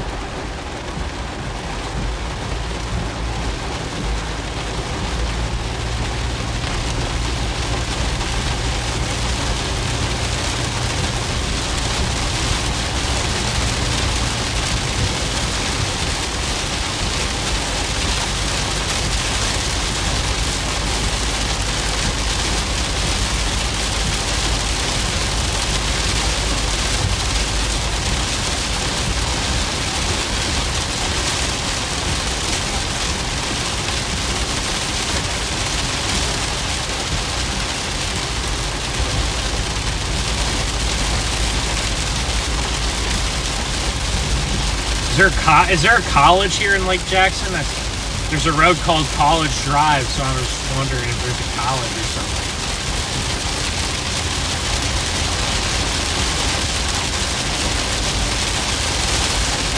And the rain's already almost moving. It's moving out just as quick as it moves in.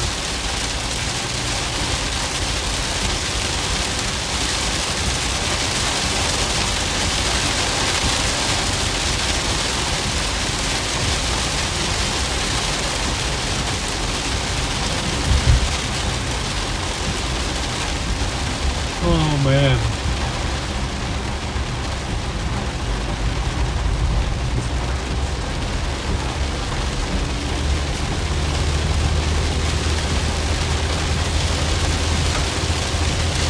Brazos National Bank, okay.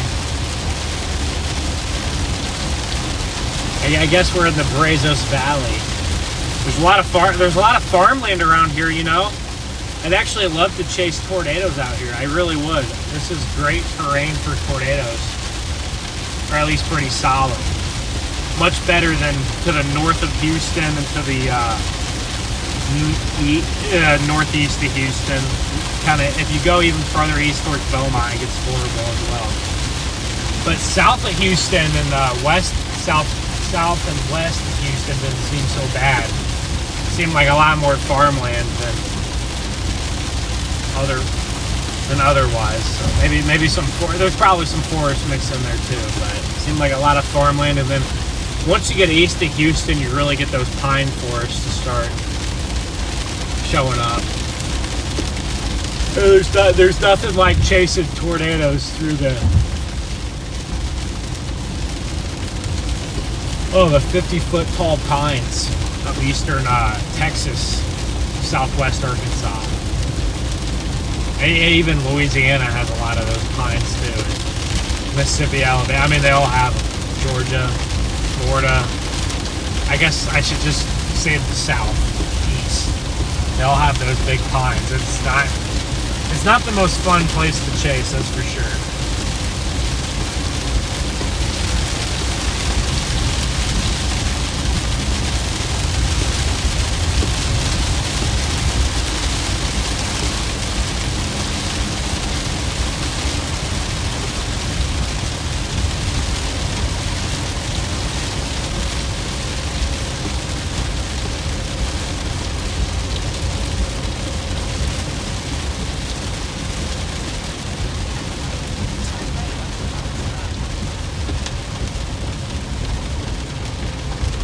There's another Circle K. Circle K. I think I went to Circle K maybe once or twice. I think one time I went to Circle K and got a hot dog, and it wasn't bad at all. It was your typical, it was about the same quality you're gonna find at like a Love's, or I really think Quick Trip. I think Quick Trip probably has better hot dogs than Lowe's. Maybe it depends on what kind of hot dog you get, but I think Quick Trip might have the best hot dogs.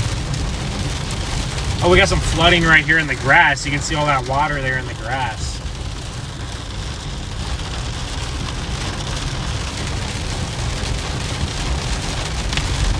What's this little thing? Brazos. I'm gonna go check this place out. Brazosport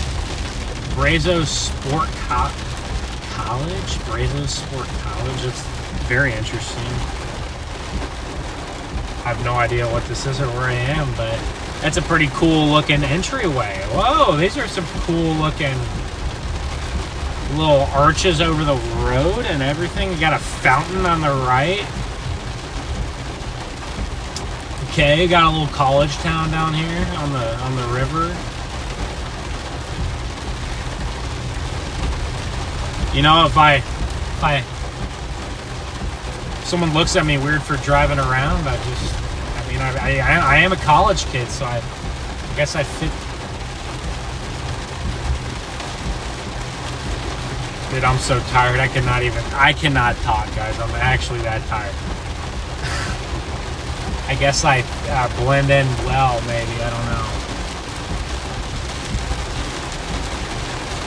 Nice brick walkways. Okay. Nice little. I wonder what the enrollment is in this little college. There's a lot of parking spaces. Obviously, it's the summer, so this place isn't going to be too busy. But it's just interesting. I've never been here, so I just checking it out.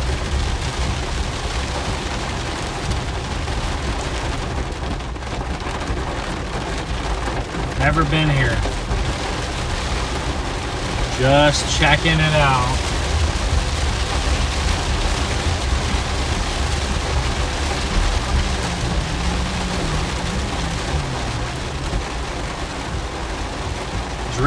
It's really raining still, and we're about to get into a little bit of a break in the action here in the next 10 minutes, but there might be a couple heavier showers, but we have one more big line, so I guess I might stick around for that big line and see what it does. Could dump another 2 or 3 inches of rain.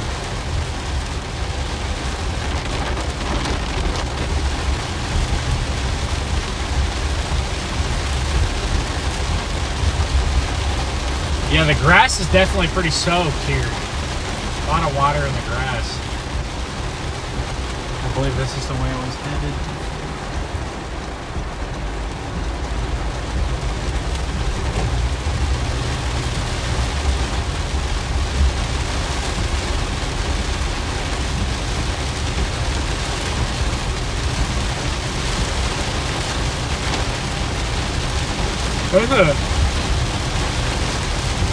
My college doesn't have anything like that. It's a pretty cool entryway.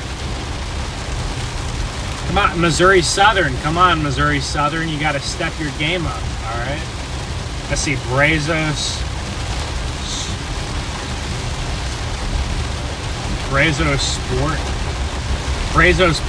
Is it Brazosport? Brazosport. No, it has to be Brazosport. Brazosport. That's what it is. See, I'm too tired. I can't even read. Brazosport College. 4 out of 5 stars. Okay, 119 reviews. Oh, community college. Okay, it kind of looked like a community college to me. Hey, community college is a good little thing to have, because I did go to community college for a couple of years, and it saved me quite a bit of money. I wonder what the enrollment is.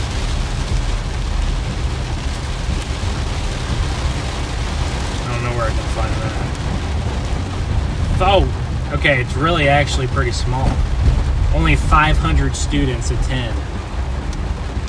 Only 500 students attend, or 600, maybe almost 600, but not a ton. Okay, this is the smallest Buc-ee's in the world. This has to be the smallest Buc-ee's in the world.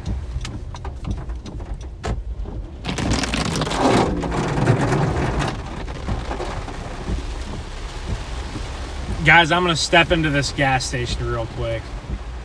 You guys can stare at the beaver for a minute.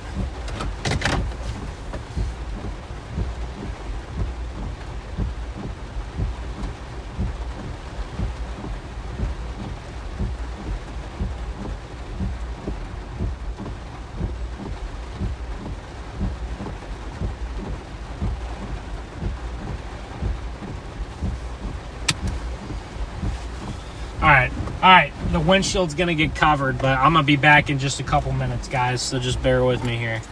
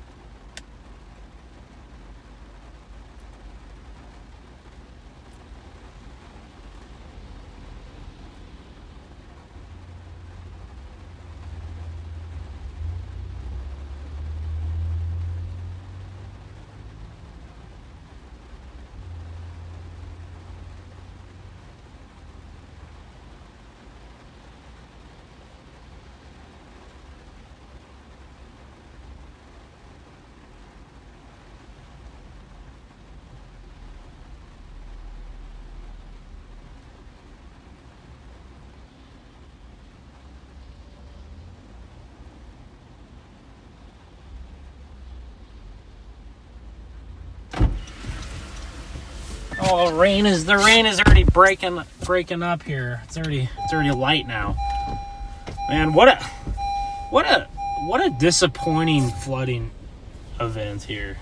Disappointing as in like the action, of course.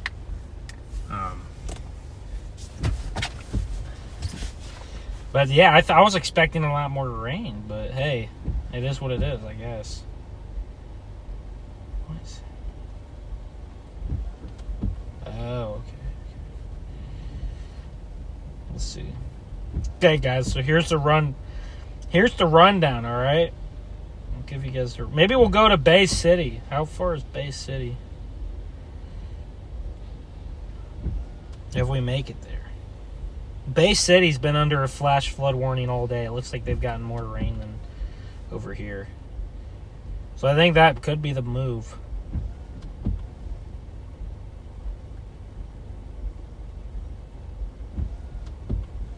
Certainly might be.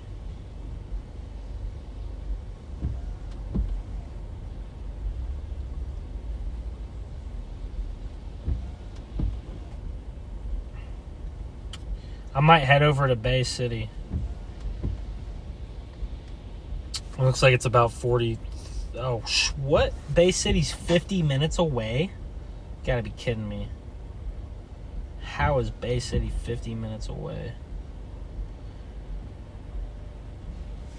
It does not feel like it should be 50. Okay, so here's what we got here, okay? We got our little band of rain right here is moving out. We got our little band of rain moving out. We have another big old band of rain over here towards Bay City moving towards us. So this will get to us. But these areas have already been under a flash flood warning all day because they've just gotten more rain than we have over in this area. So I may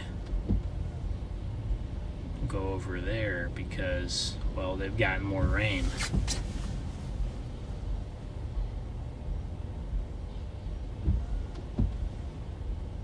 And it's still raining. It's still raining there, I think.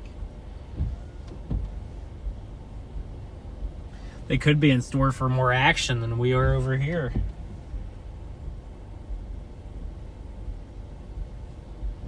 How big is that? I wonder how big Bay City is. That's a decent sized little town. I bet there's some spots over there that probably end up flooding a little bit. Now, the problem is by the time we get to Bay City, I think the heaviest of the rain will be gone.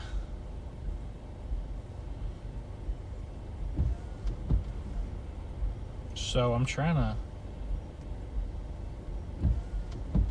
I wonder if we just stick it out here and just wait.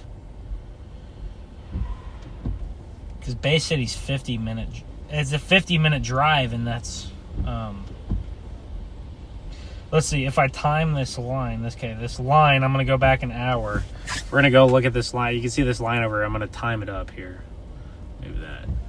So I can go back an hour to, what time is it? 9:03. It's already 9:03.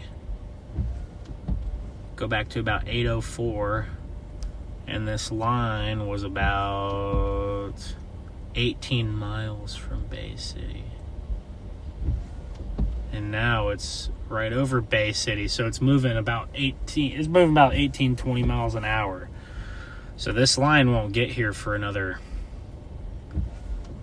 let's see, we're 33 miles away, so this line won't get here for another hour and a half if it keeps up its pace, because it's moving very slow. But look at this, you also got more convection. Look at this, you got more convection starting to develop down here, and I think this will kind of fill in a little bit right here. So it's tough. I don't really know, because like the thing is, I could drive towards that line and I guess meet it in the middle, but I'll just let you guys in on a little secret. In between here and Bay City, there's literally there's actually nothing. There's literally nothing. So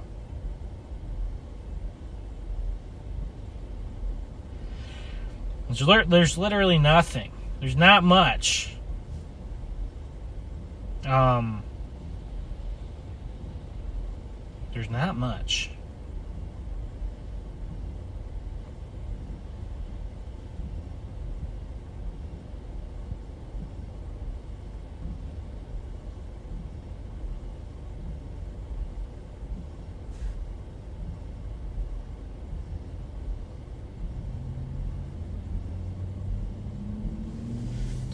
So that's the problem. The problem is if there's a city kind of in between, and I don't want to just drive in rain on the highway.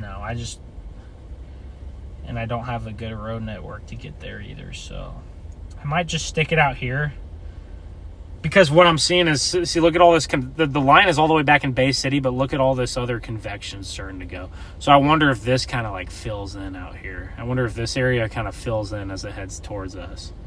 You see that convection start filling in. So I'm going to give it, I know we haven't had a ton of action, but I'm going to give it,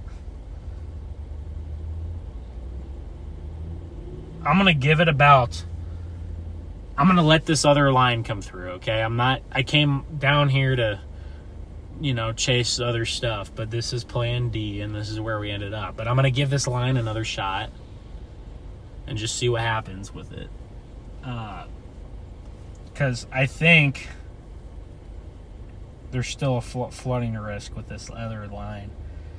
I mean, there's no reason why there wouldn't be a big flooding risk. We might even go down to Surfside Beach again.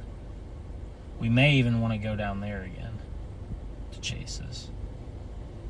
So I'm going to give it some time.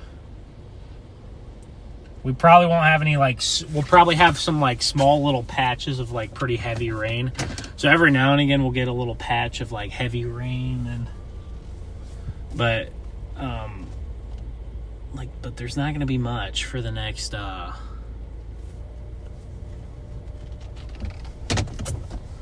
not going to be much for the next hour. So that's the problem. I don't really know what to do. I guess I could go meet it in the middle maybe, but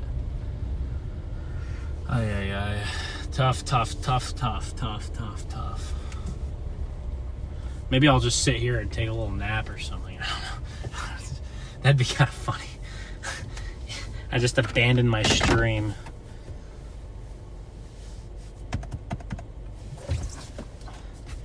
But, yeah, I don't really know, y'all.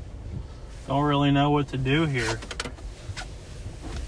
I really wish I had my actual, like, professional stream with the overlays and everything, but that line, I do think that line is kind of filling in, so I would take a strong guess. That it might get here a little bit sooner than what it was gonna be, because it is starting to fill in.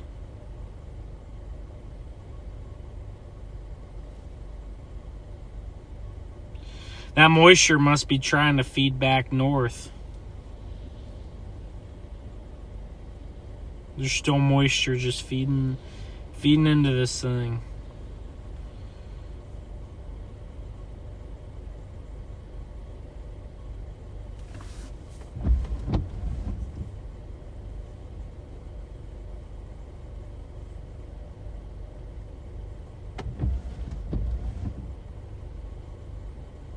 But for now, we dry out for a little bit until we get some more.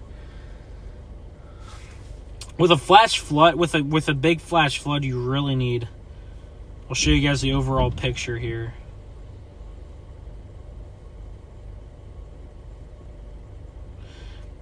With a flash flood, you really need like consistent heavy rain, and we just haven't. See, there's the action. Look at that. That went through, but look at this stuff to the west, and it's starting to fill in. See how it's starting to kind of fill in the middle, and then. But the thing is, if we really wanted a big flash flood, we'd need this to like push northeast, but it's not happening. This is kind of pushing southeast. So watch this little part of the line right back here by Victoria. Look, this is kind of it's pushing that part of the line I circled. Look, it's pushing from northwest to southeast.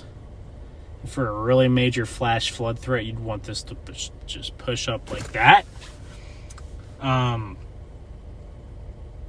But I wonder if some of this convection, like I said, fills in, and then we get a bigger flash flooding risk up there. So we'll see, though. We still got some big old puddles in the road. Look at that truck putting up those big puddles. But guys, it's going to be a little bit boring. It's going to be a little bit. I don't want to drive. I mean, because like the problem is, like, I think my route to get home when this flash flood threat is done, my route to get home from here is the same as like Bay City, or even like actually Bay City might actually take me further out of the way. So that's the big problem, is like if I go over to Bay City to get some action a little bit quicker, I think it takes me further away from home, and I just have to drive. By the time I get to Bay City, the heaviest rain is going to be past. So it just doesn't make much logical sense. So I'm just going to wait here, and we'll see how if this town floods a little bit more with this next. I think it might, because it's already kind of wet, and there's already some water in the road. So we'll see. But yeah, I don't really know. Just gonna have to wait it out. I'm gonna read some chat here. But it's already Thursday. It's crazy fast. It's already June 12th, maybe. Might be, yeah, June 12th. Wow. That's crazy. It's already June 12th.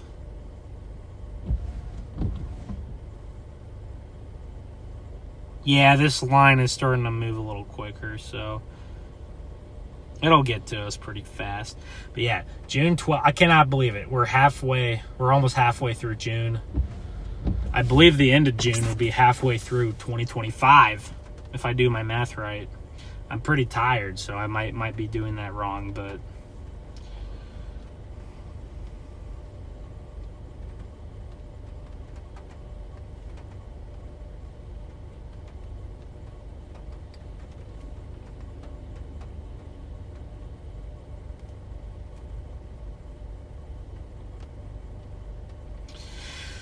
pretty soon, I imagine that the northern half of the United States, the north central half of the United States, will get active with severe weather, I imagine.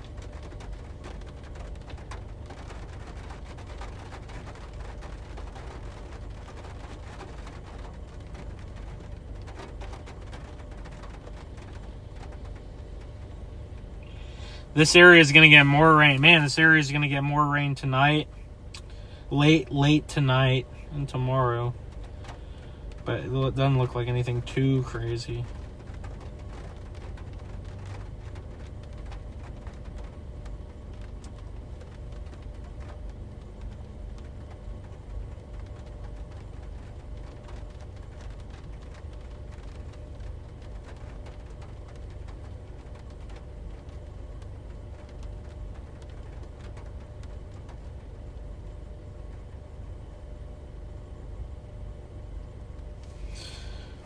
But yeah, looks like this area is gonna get some more rain, huh? Tonight, but yeah, just some pulse storms. But you never know if those kind of line up in the right spot, they can put down a good amount of rain. There might be some storm chases up in Montana, which is crazy.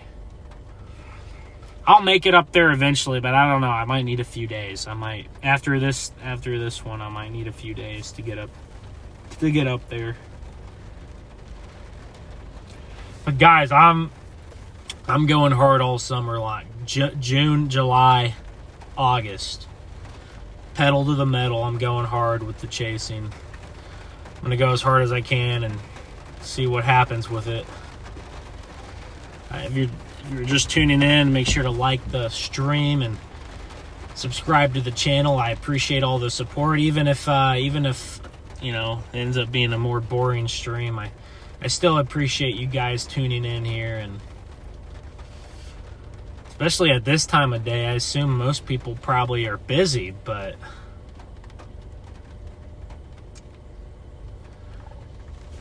yeah, I'm just gonna go pedal to the metal this summer and see what happens with it. Why not give it a go?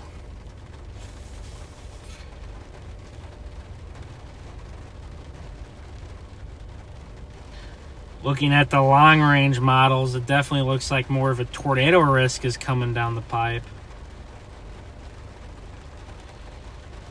next week. That's what the long range models say, but a lot of times those end up being wrong. So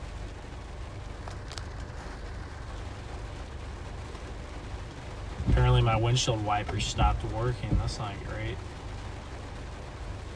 But see, we're getting some rain now to fill. We're getting some rain to fill in here, these gaps. So I think it's still gonna flood here in the next hour and a half. Yeah, but I mean, by like,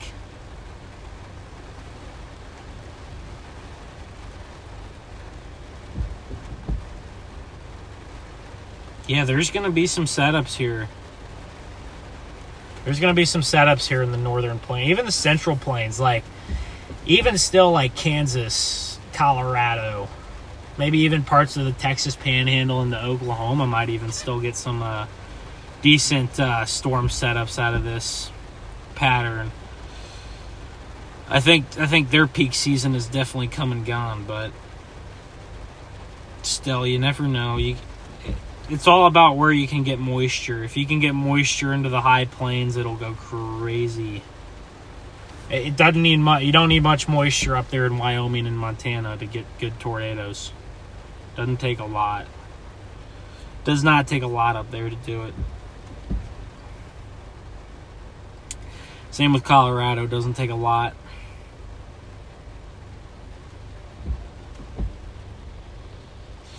I don't know, the pattern kind of looks okay. We'll see how it all ends up. Sometimes some of these days will look pretty good, and then they'll get into the medium range and they'll go down. The medium range, I'd say, is like 3 to 4 to like 6 days. The long range is probably 6, 7, 8, 9, 10 days out. Is a long range, about a week or so out, and the medium range is maybe 3 or 4 days out, all the way to 6 or 7. It depends. But sometimes these setups will look bad in the medium range, and then they'll trend up again in the short range. And then, you know, maybe in the really short range, they look bad again.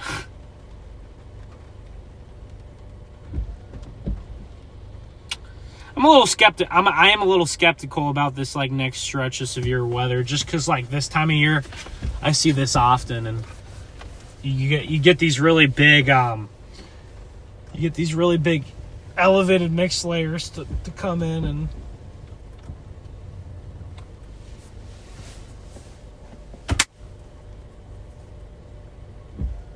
where'd that sucker go? Did I get him? Oh, shoot. Did I get him? Oh my gosh, this guy's fast. Oh, it's a fly. That's why he's so fast. We still got some rain falling here, and I'm monitoring the radar for you guys, and wherever we need to go. If it's Fremont, if it's Surfside Beach, if it's here in Lake, oh gosh, what's this town called again? Lake Jackson. We'll go wherever we gotta go to get the heavier rains. But it looks like that line is starting to fill in just a little bit here.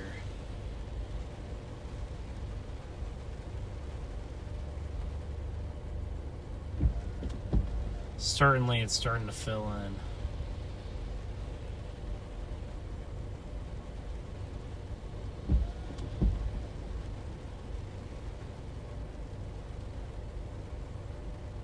Moderate risk for flash floods today. Bay City, Midfield, Wadsworth, Port Lavica, Victoria, all got slammed. Palacios, they all got slammed so far. Last night especially, those areas really got hit hard last night. San Antonio too, especially the northwest. I noticed the northwest side of San Antonio really got some pretty heavy stuff. I saw that northwest side of San Antonio just could not catch a break. Even had a tornado warning. It almost looked like it dropped. It didn't quite drop a tornado, but almost did. And then to the north of San Antonio, to the west of San Marcos, I believe, or New Braunfels, one of those towns. I think it was to the west of San Marcos. There was a tornado. It wasn't super long lived. It was pretty brief, but there was a tornado west of San Marcos last night.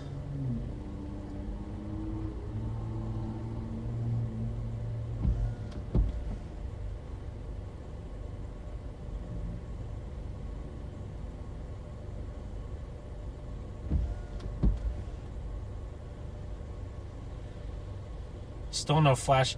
I wonder if we do end up getting a flash flood warning soon, when this other line comes through. It'll also depend on how strong it is, I guess, too, as well.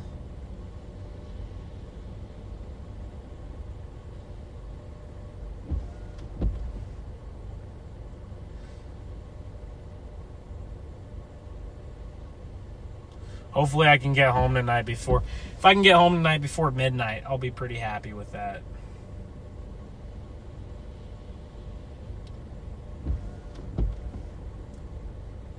But, yeah, unless something insane happens, this trip was definitely not quite what we intended, but it's okay. It happens.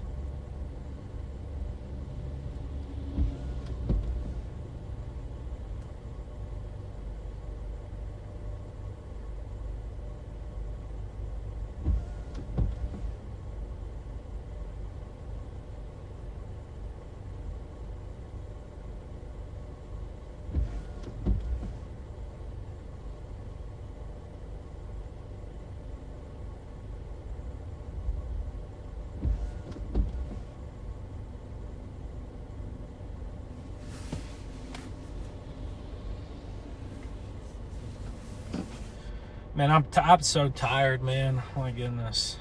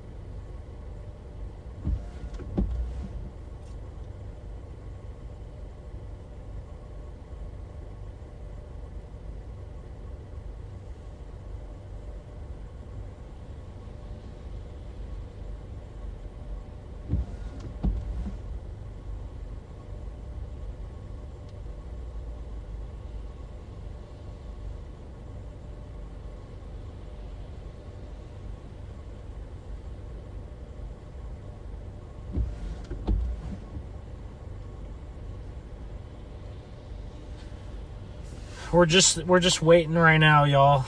If you're just tuning in, we're just waiting right now for the next batch of rain to come in. But yeah. It's been a rough chase. I wanted to chase like 4 different things and nothing worked out for me, so nothing's worked out today. Beautiful view. I don't know about that. Hey, Elisa, thank you so much. Appreciate that so much.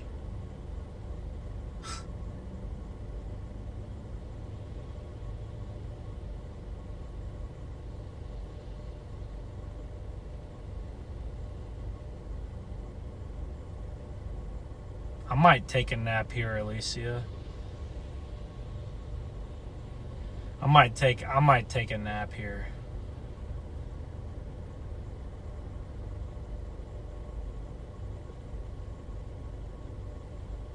Dreambert, what's up? Starry, how's it going? Good morning, everybody.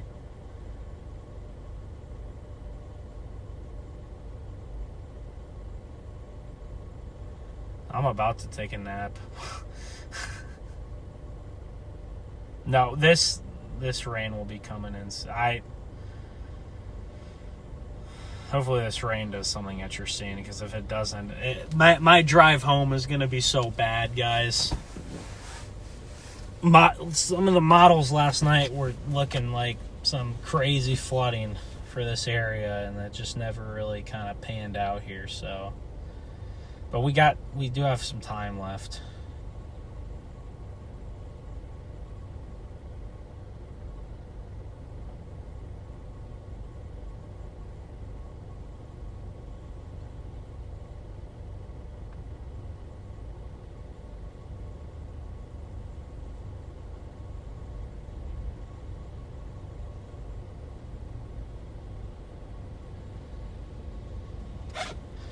The precipitation that's coming for us is only about 18 miles away now, so it's coming.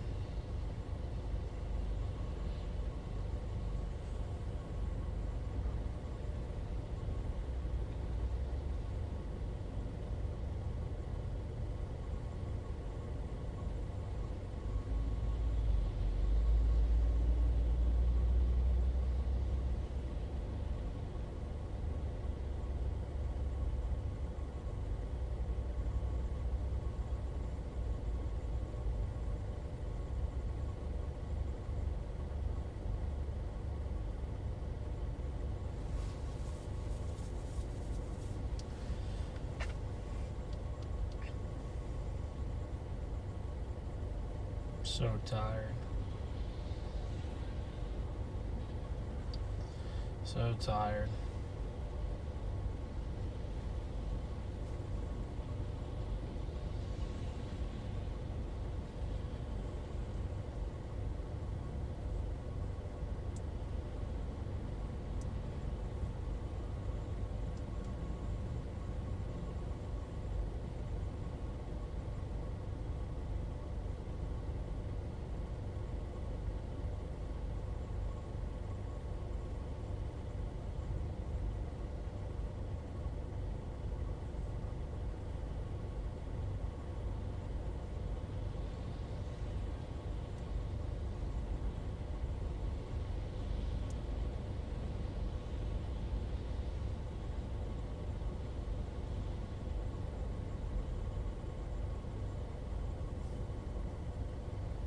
Yeah, but once we're done chasing this flash flood in like the next hour or two, whenever we're done chasing it, I'm going to start the long trek back home, and I'll probably have to stop somewhere and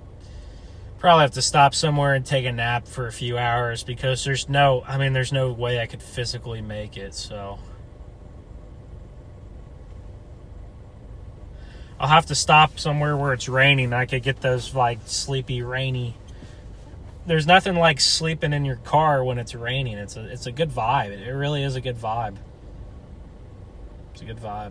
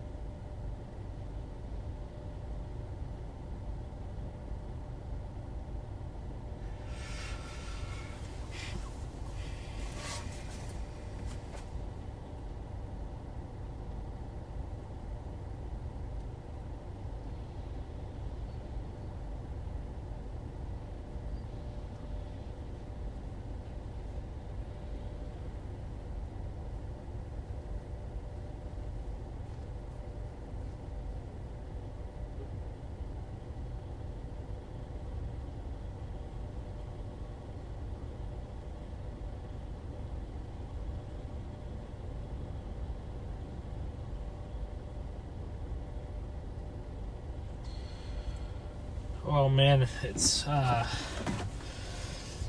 almost a weekend again. I feel like it was just the weekend a few days ago, but it's almost a weekend again. Guys, we're just waiting. We're just waiting. Stormrunner Media, welcome in. This might be the worst trip I've ever taken to do any kind of chase. Nothing has gone how I would have liked it to, but it is what it is. Honestly, what I should have done is I probably just should have went home yesterday and just cut my ties.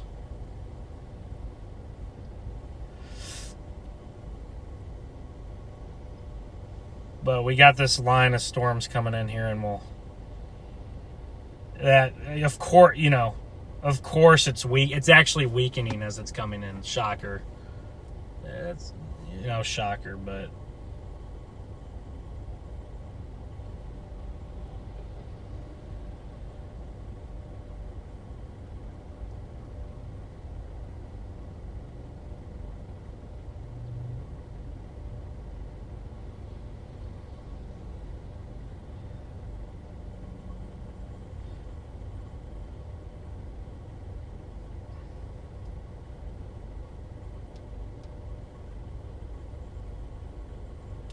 dude, I've been down here for over a day now because I initially was expecting daytime supercells yesterday.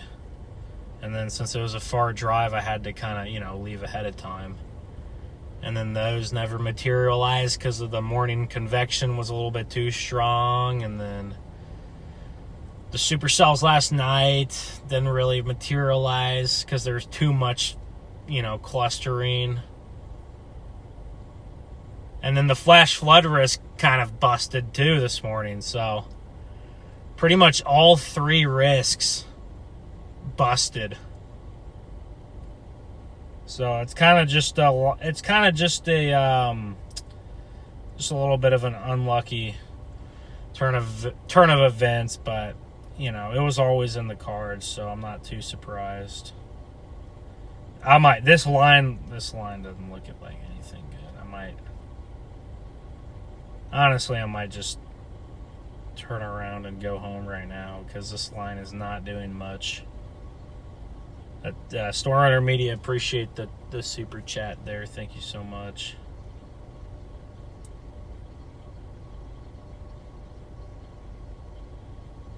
Sitting in Topeka, I guess you probably have to decide soon. You know, if you're in Topeka, I don't really know. I haven't even looked at the setup. I'm not gonna lie.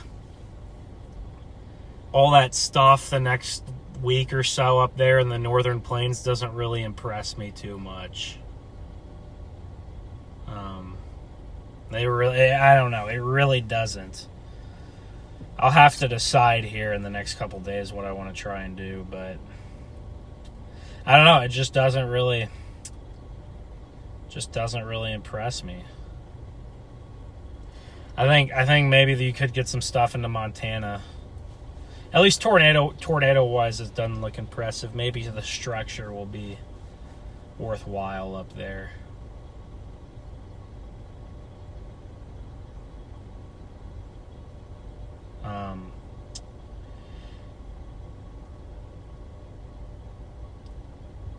Maybe the structure will be worthwhile, but I might just be done.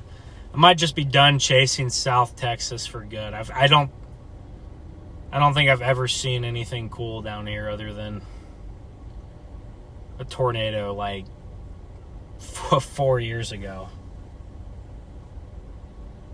Southeast Texas hasn't been all too kind.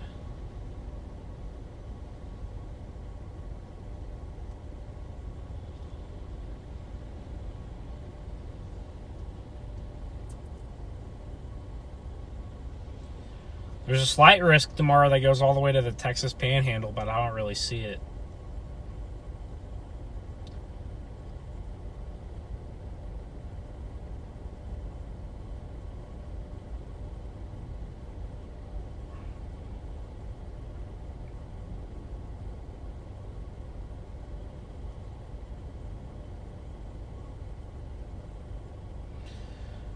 Guys, I almost just fell asleep like 10 minutes ago. I don't know if you guys noticed me go AFK for a couple minutes there, but I think I almost fell asleep, so.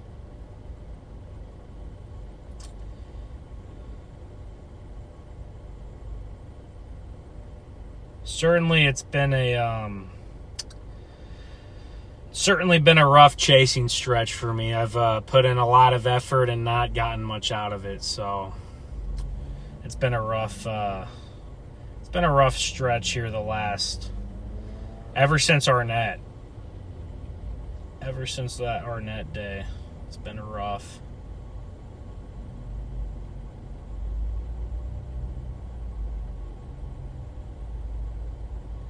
But it'll swing back around to it'll swing back around, and I'm sure I'll have some pretty favorable chases soon.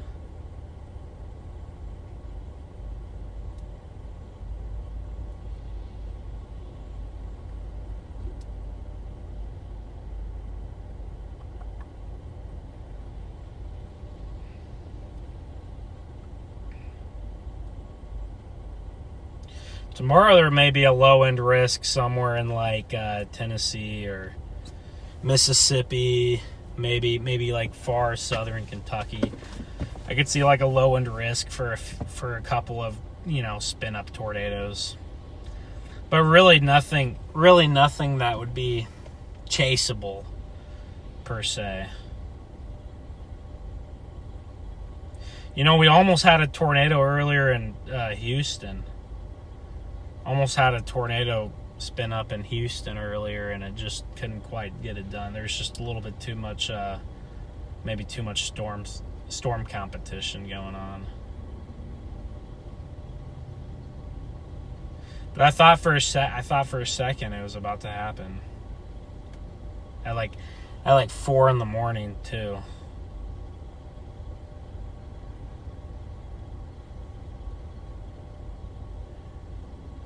So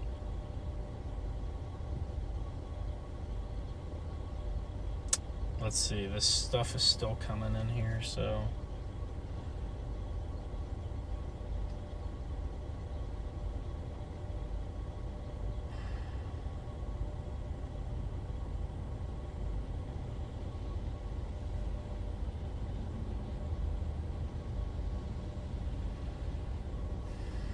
What to do.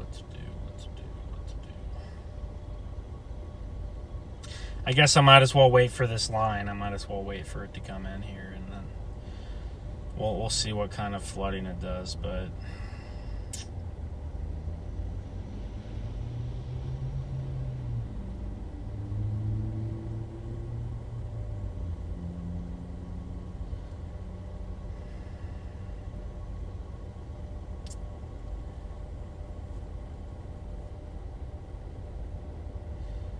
I'm not really sure if it really does anything, actually, because it's not a big line. It's gotten skinnier. It's gotten weaker.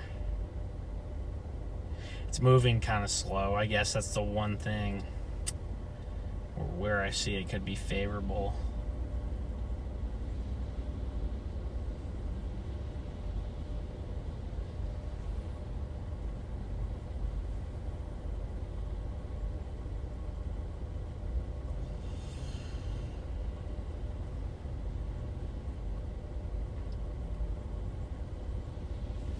Look at all this light to, all that light to like moderate kind of rain, Houston and north. That's gonna be miserable to drive through. Man, that's gonna stink, but I'm getting ready to see probably 20 different cars that have hydroplaned off of the road. It always happens, and I don't know. I always remember you gotta drive careful because it doesn't take much. Especially if you have bad tires. So if you have good tires, you can do a lot better.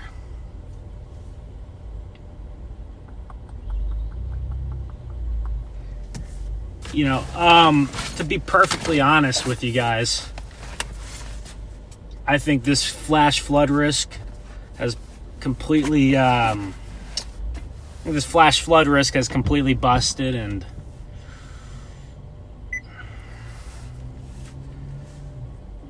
at least here, I think just to our southwest, definitely got a lot of rain last night, especially just to our southwest along the coast. And of course, though, there isn't really population over there, so it's tough to. And it was the middle of the night, so it's a tough spot to try to chase one of these events.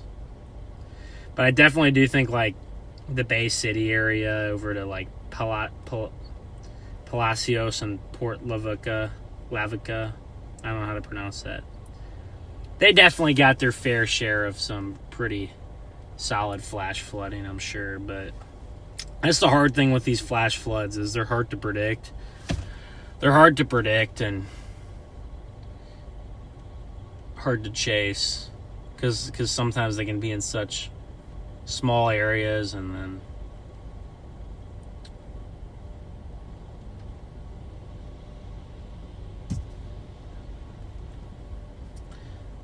but to be perfectly honest with you guys, this line is going to come through in like 20 minutes and it's going to produce heavy rain.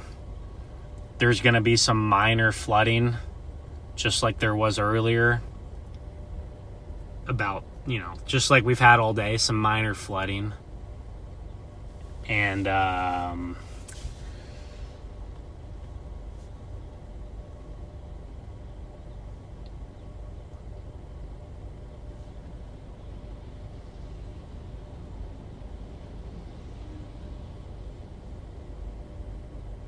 that's really about it. And I don't think it's going to be anything entertaining.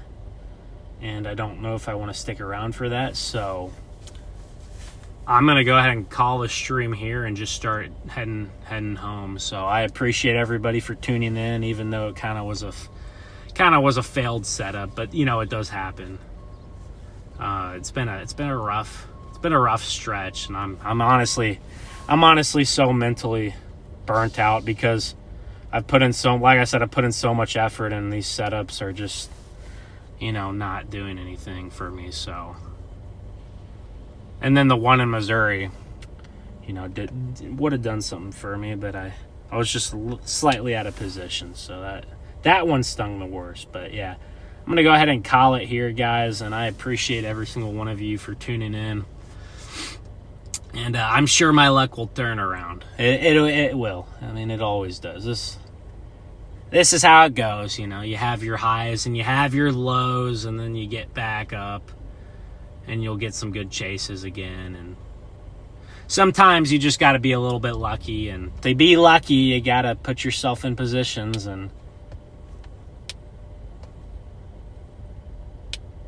But on that note, guys, I'm going to go ahead and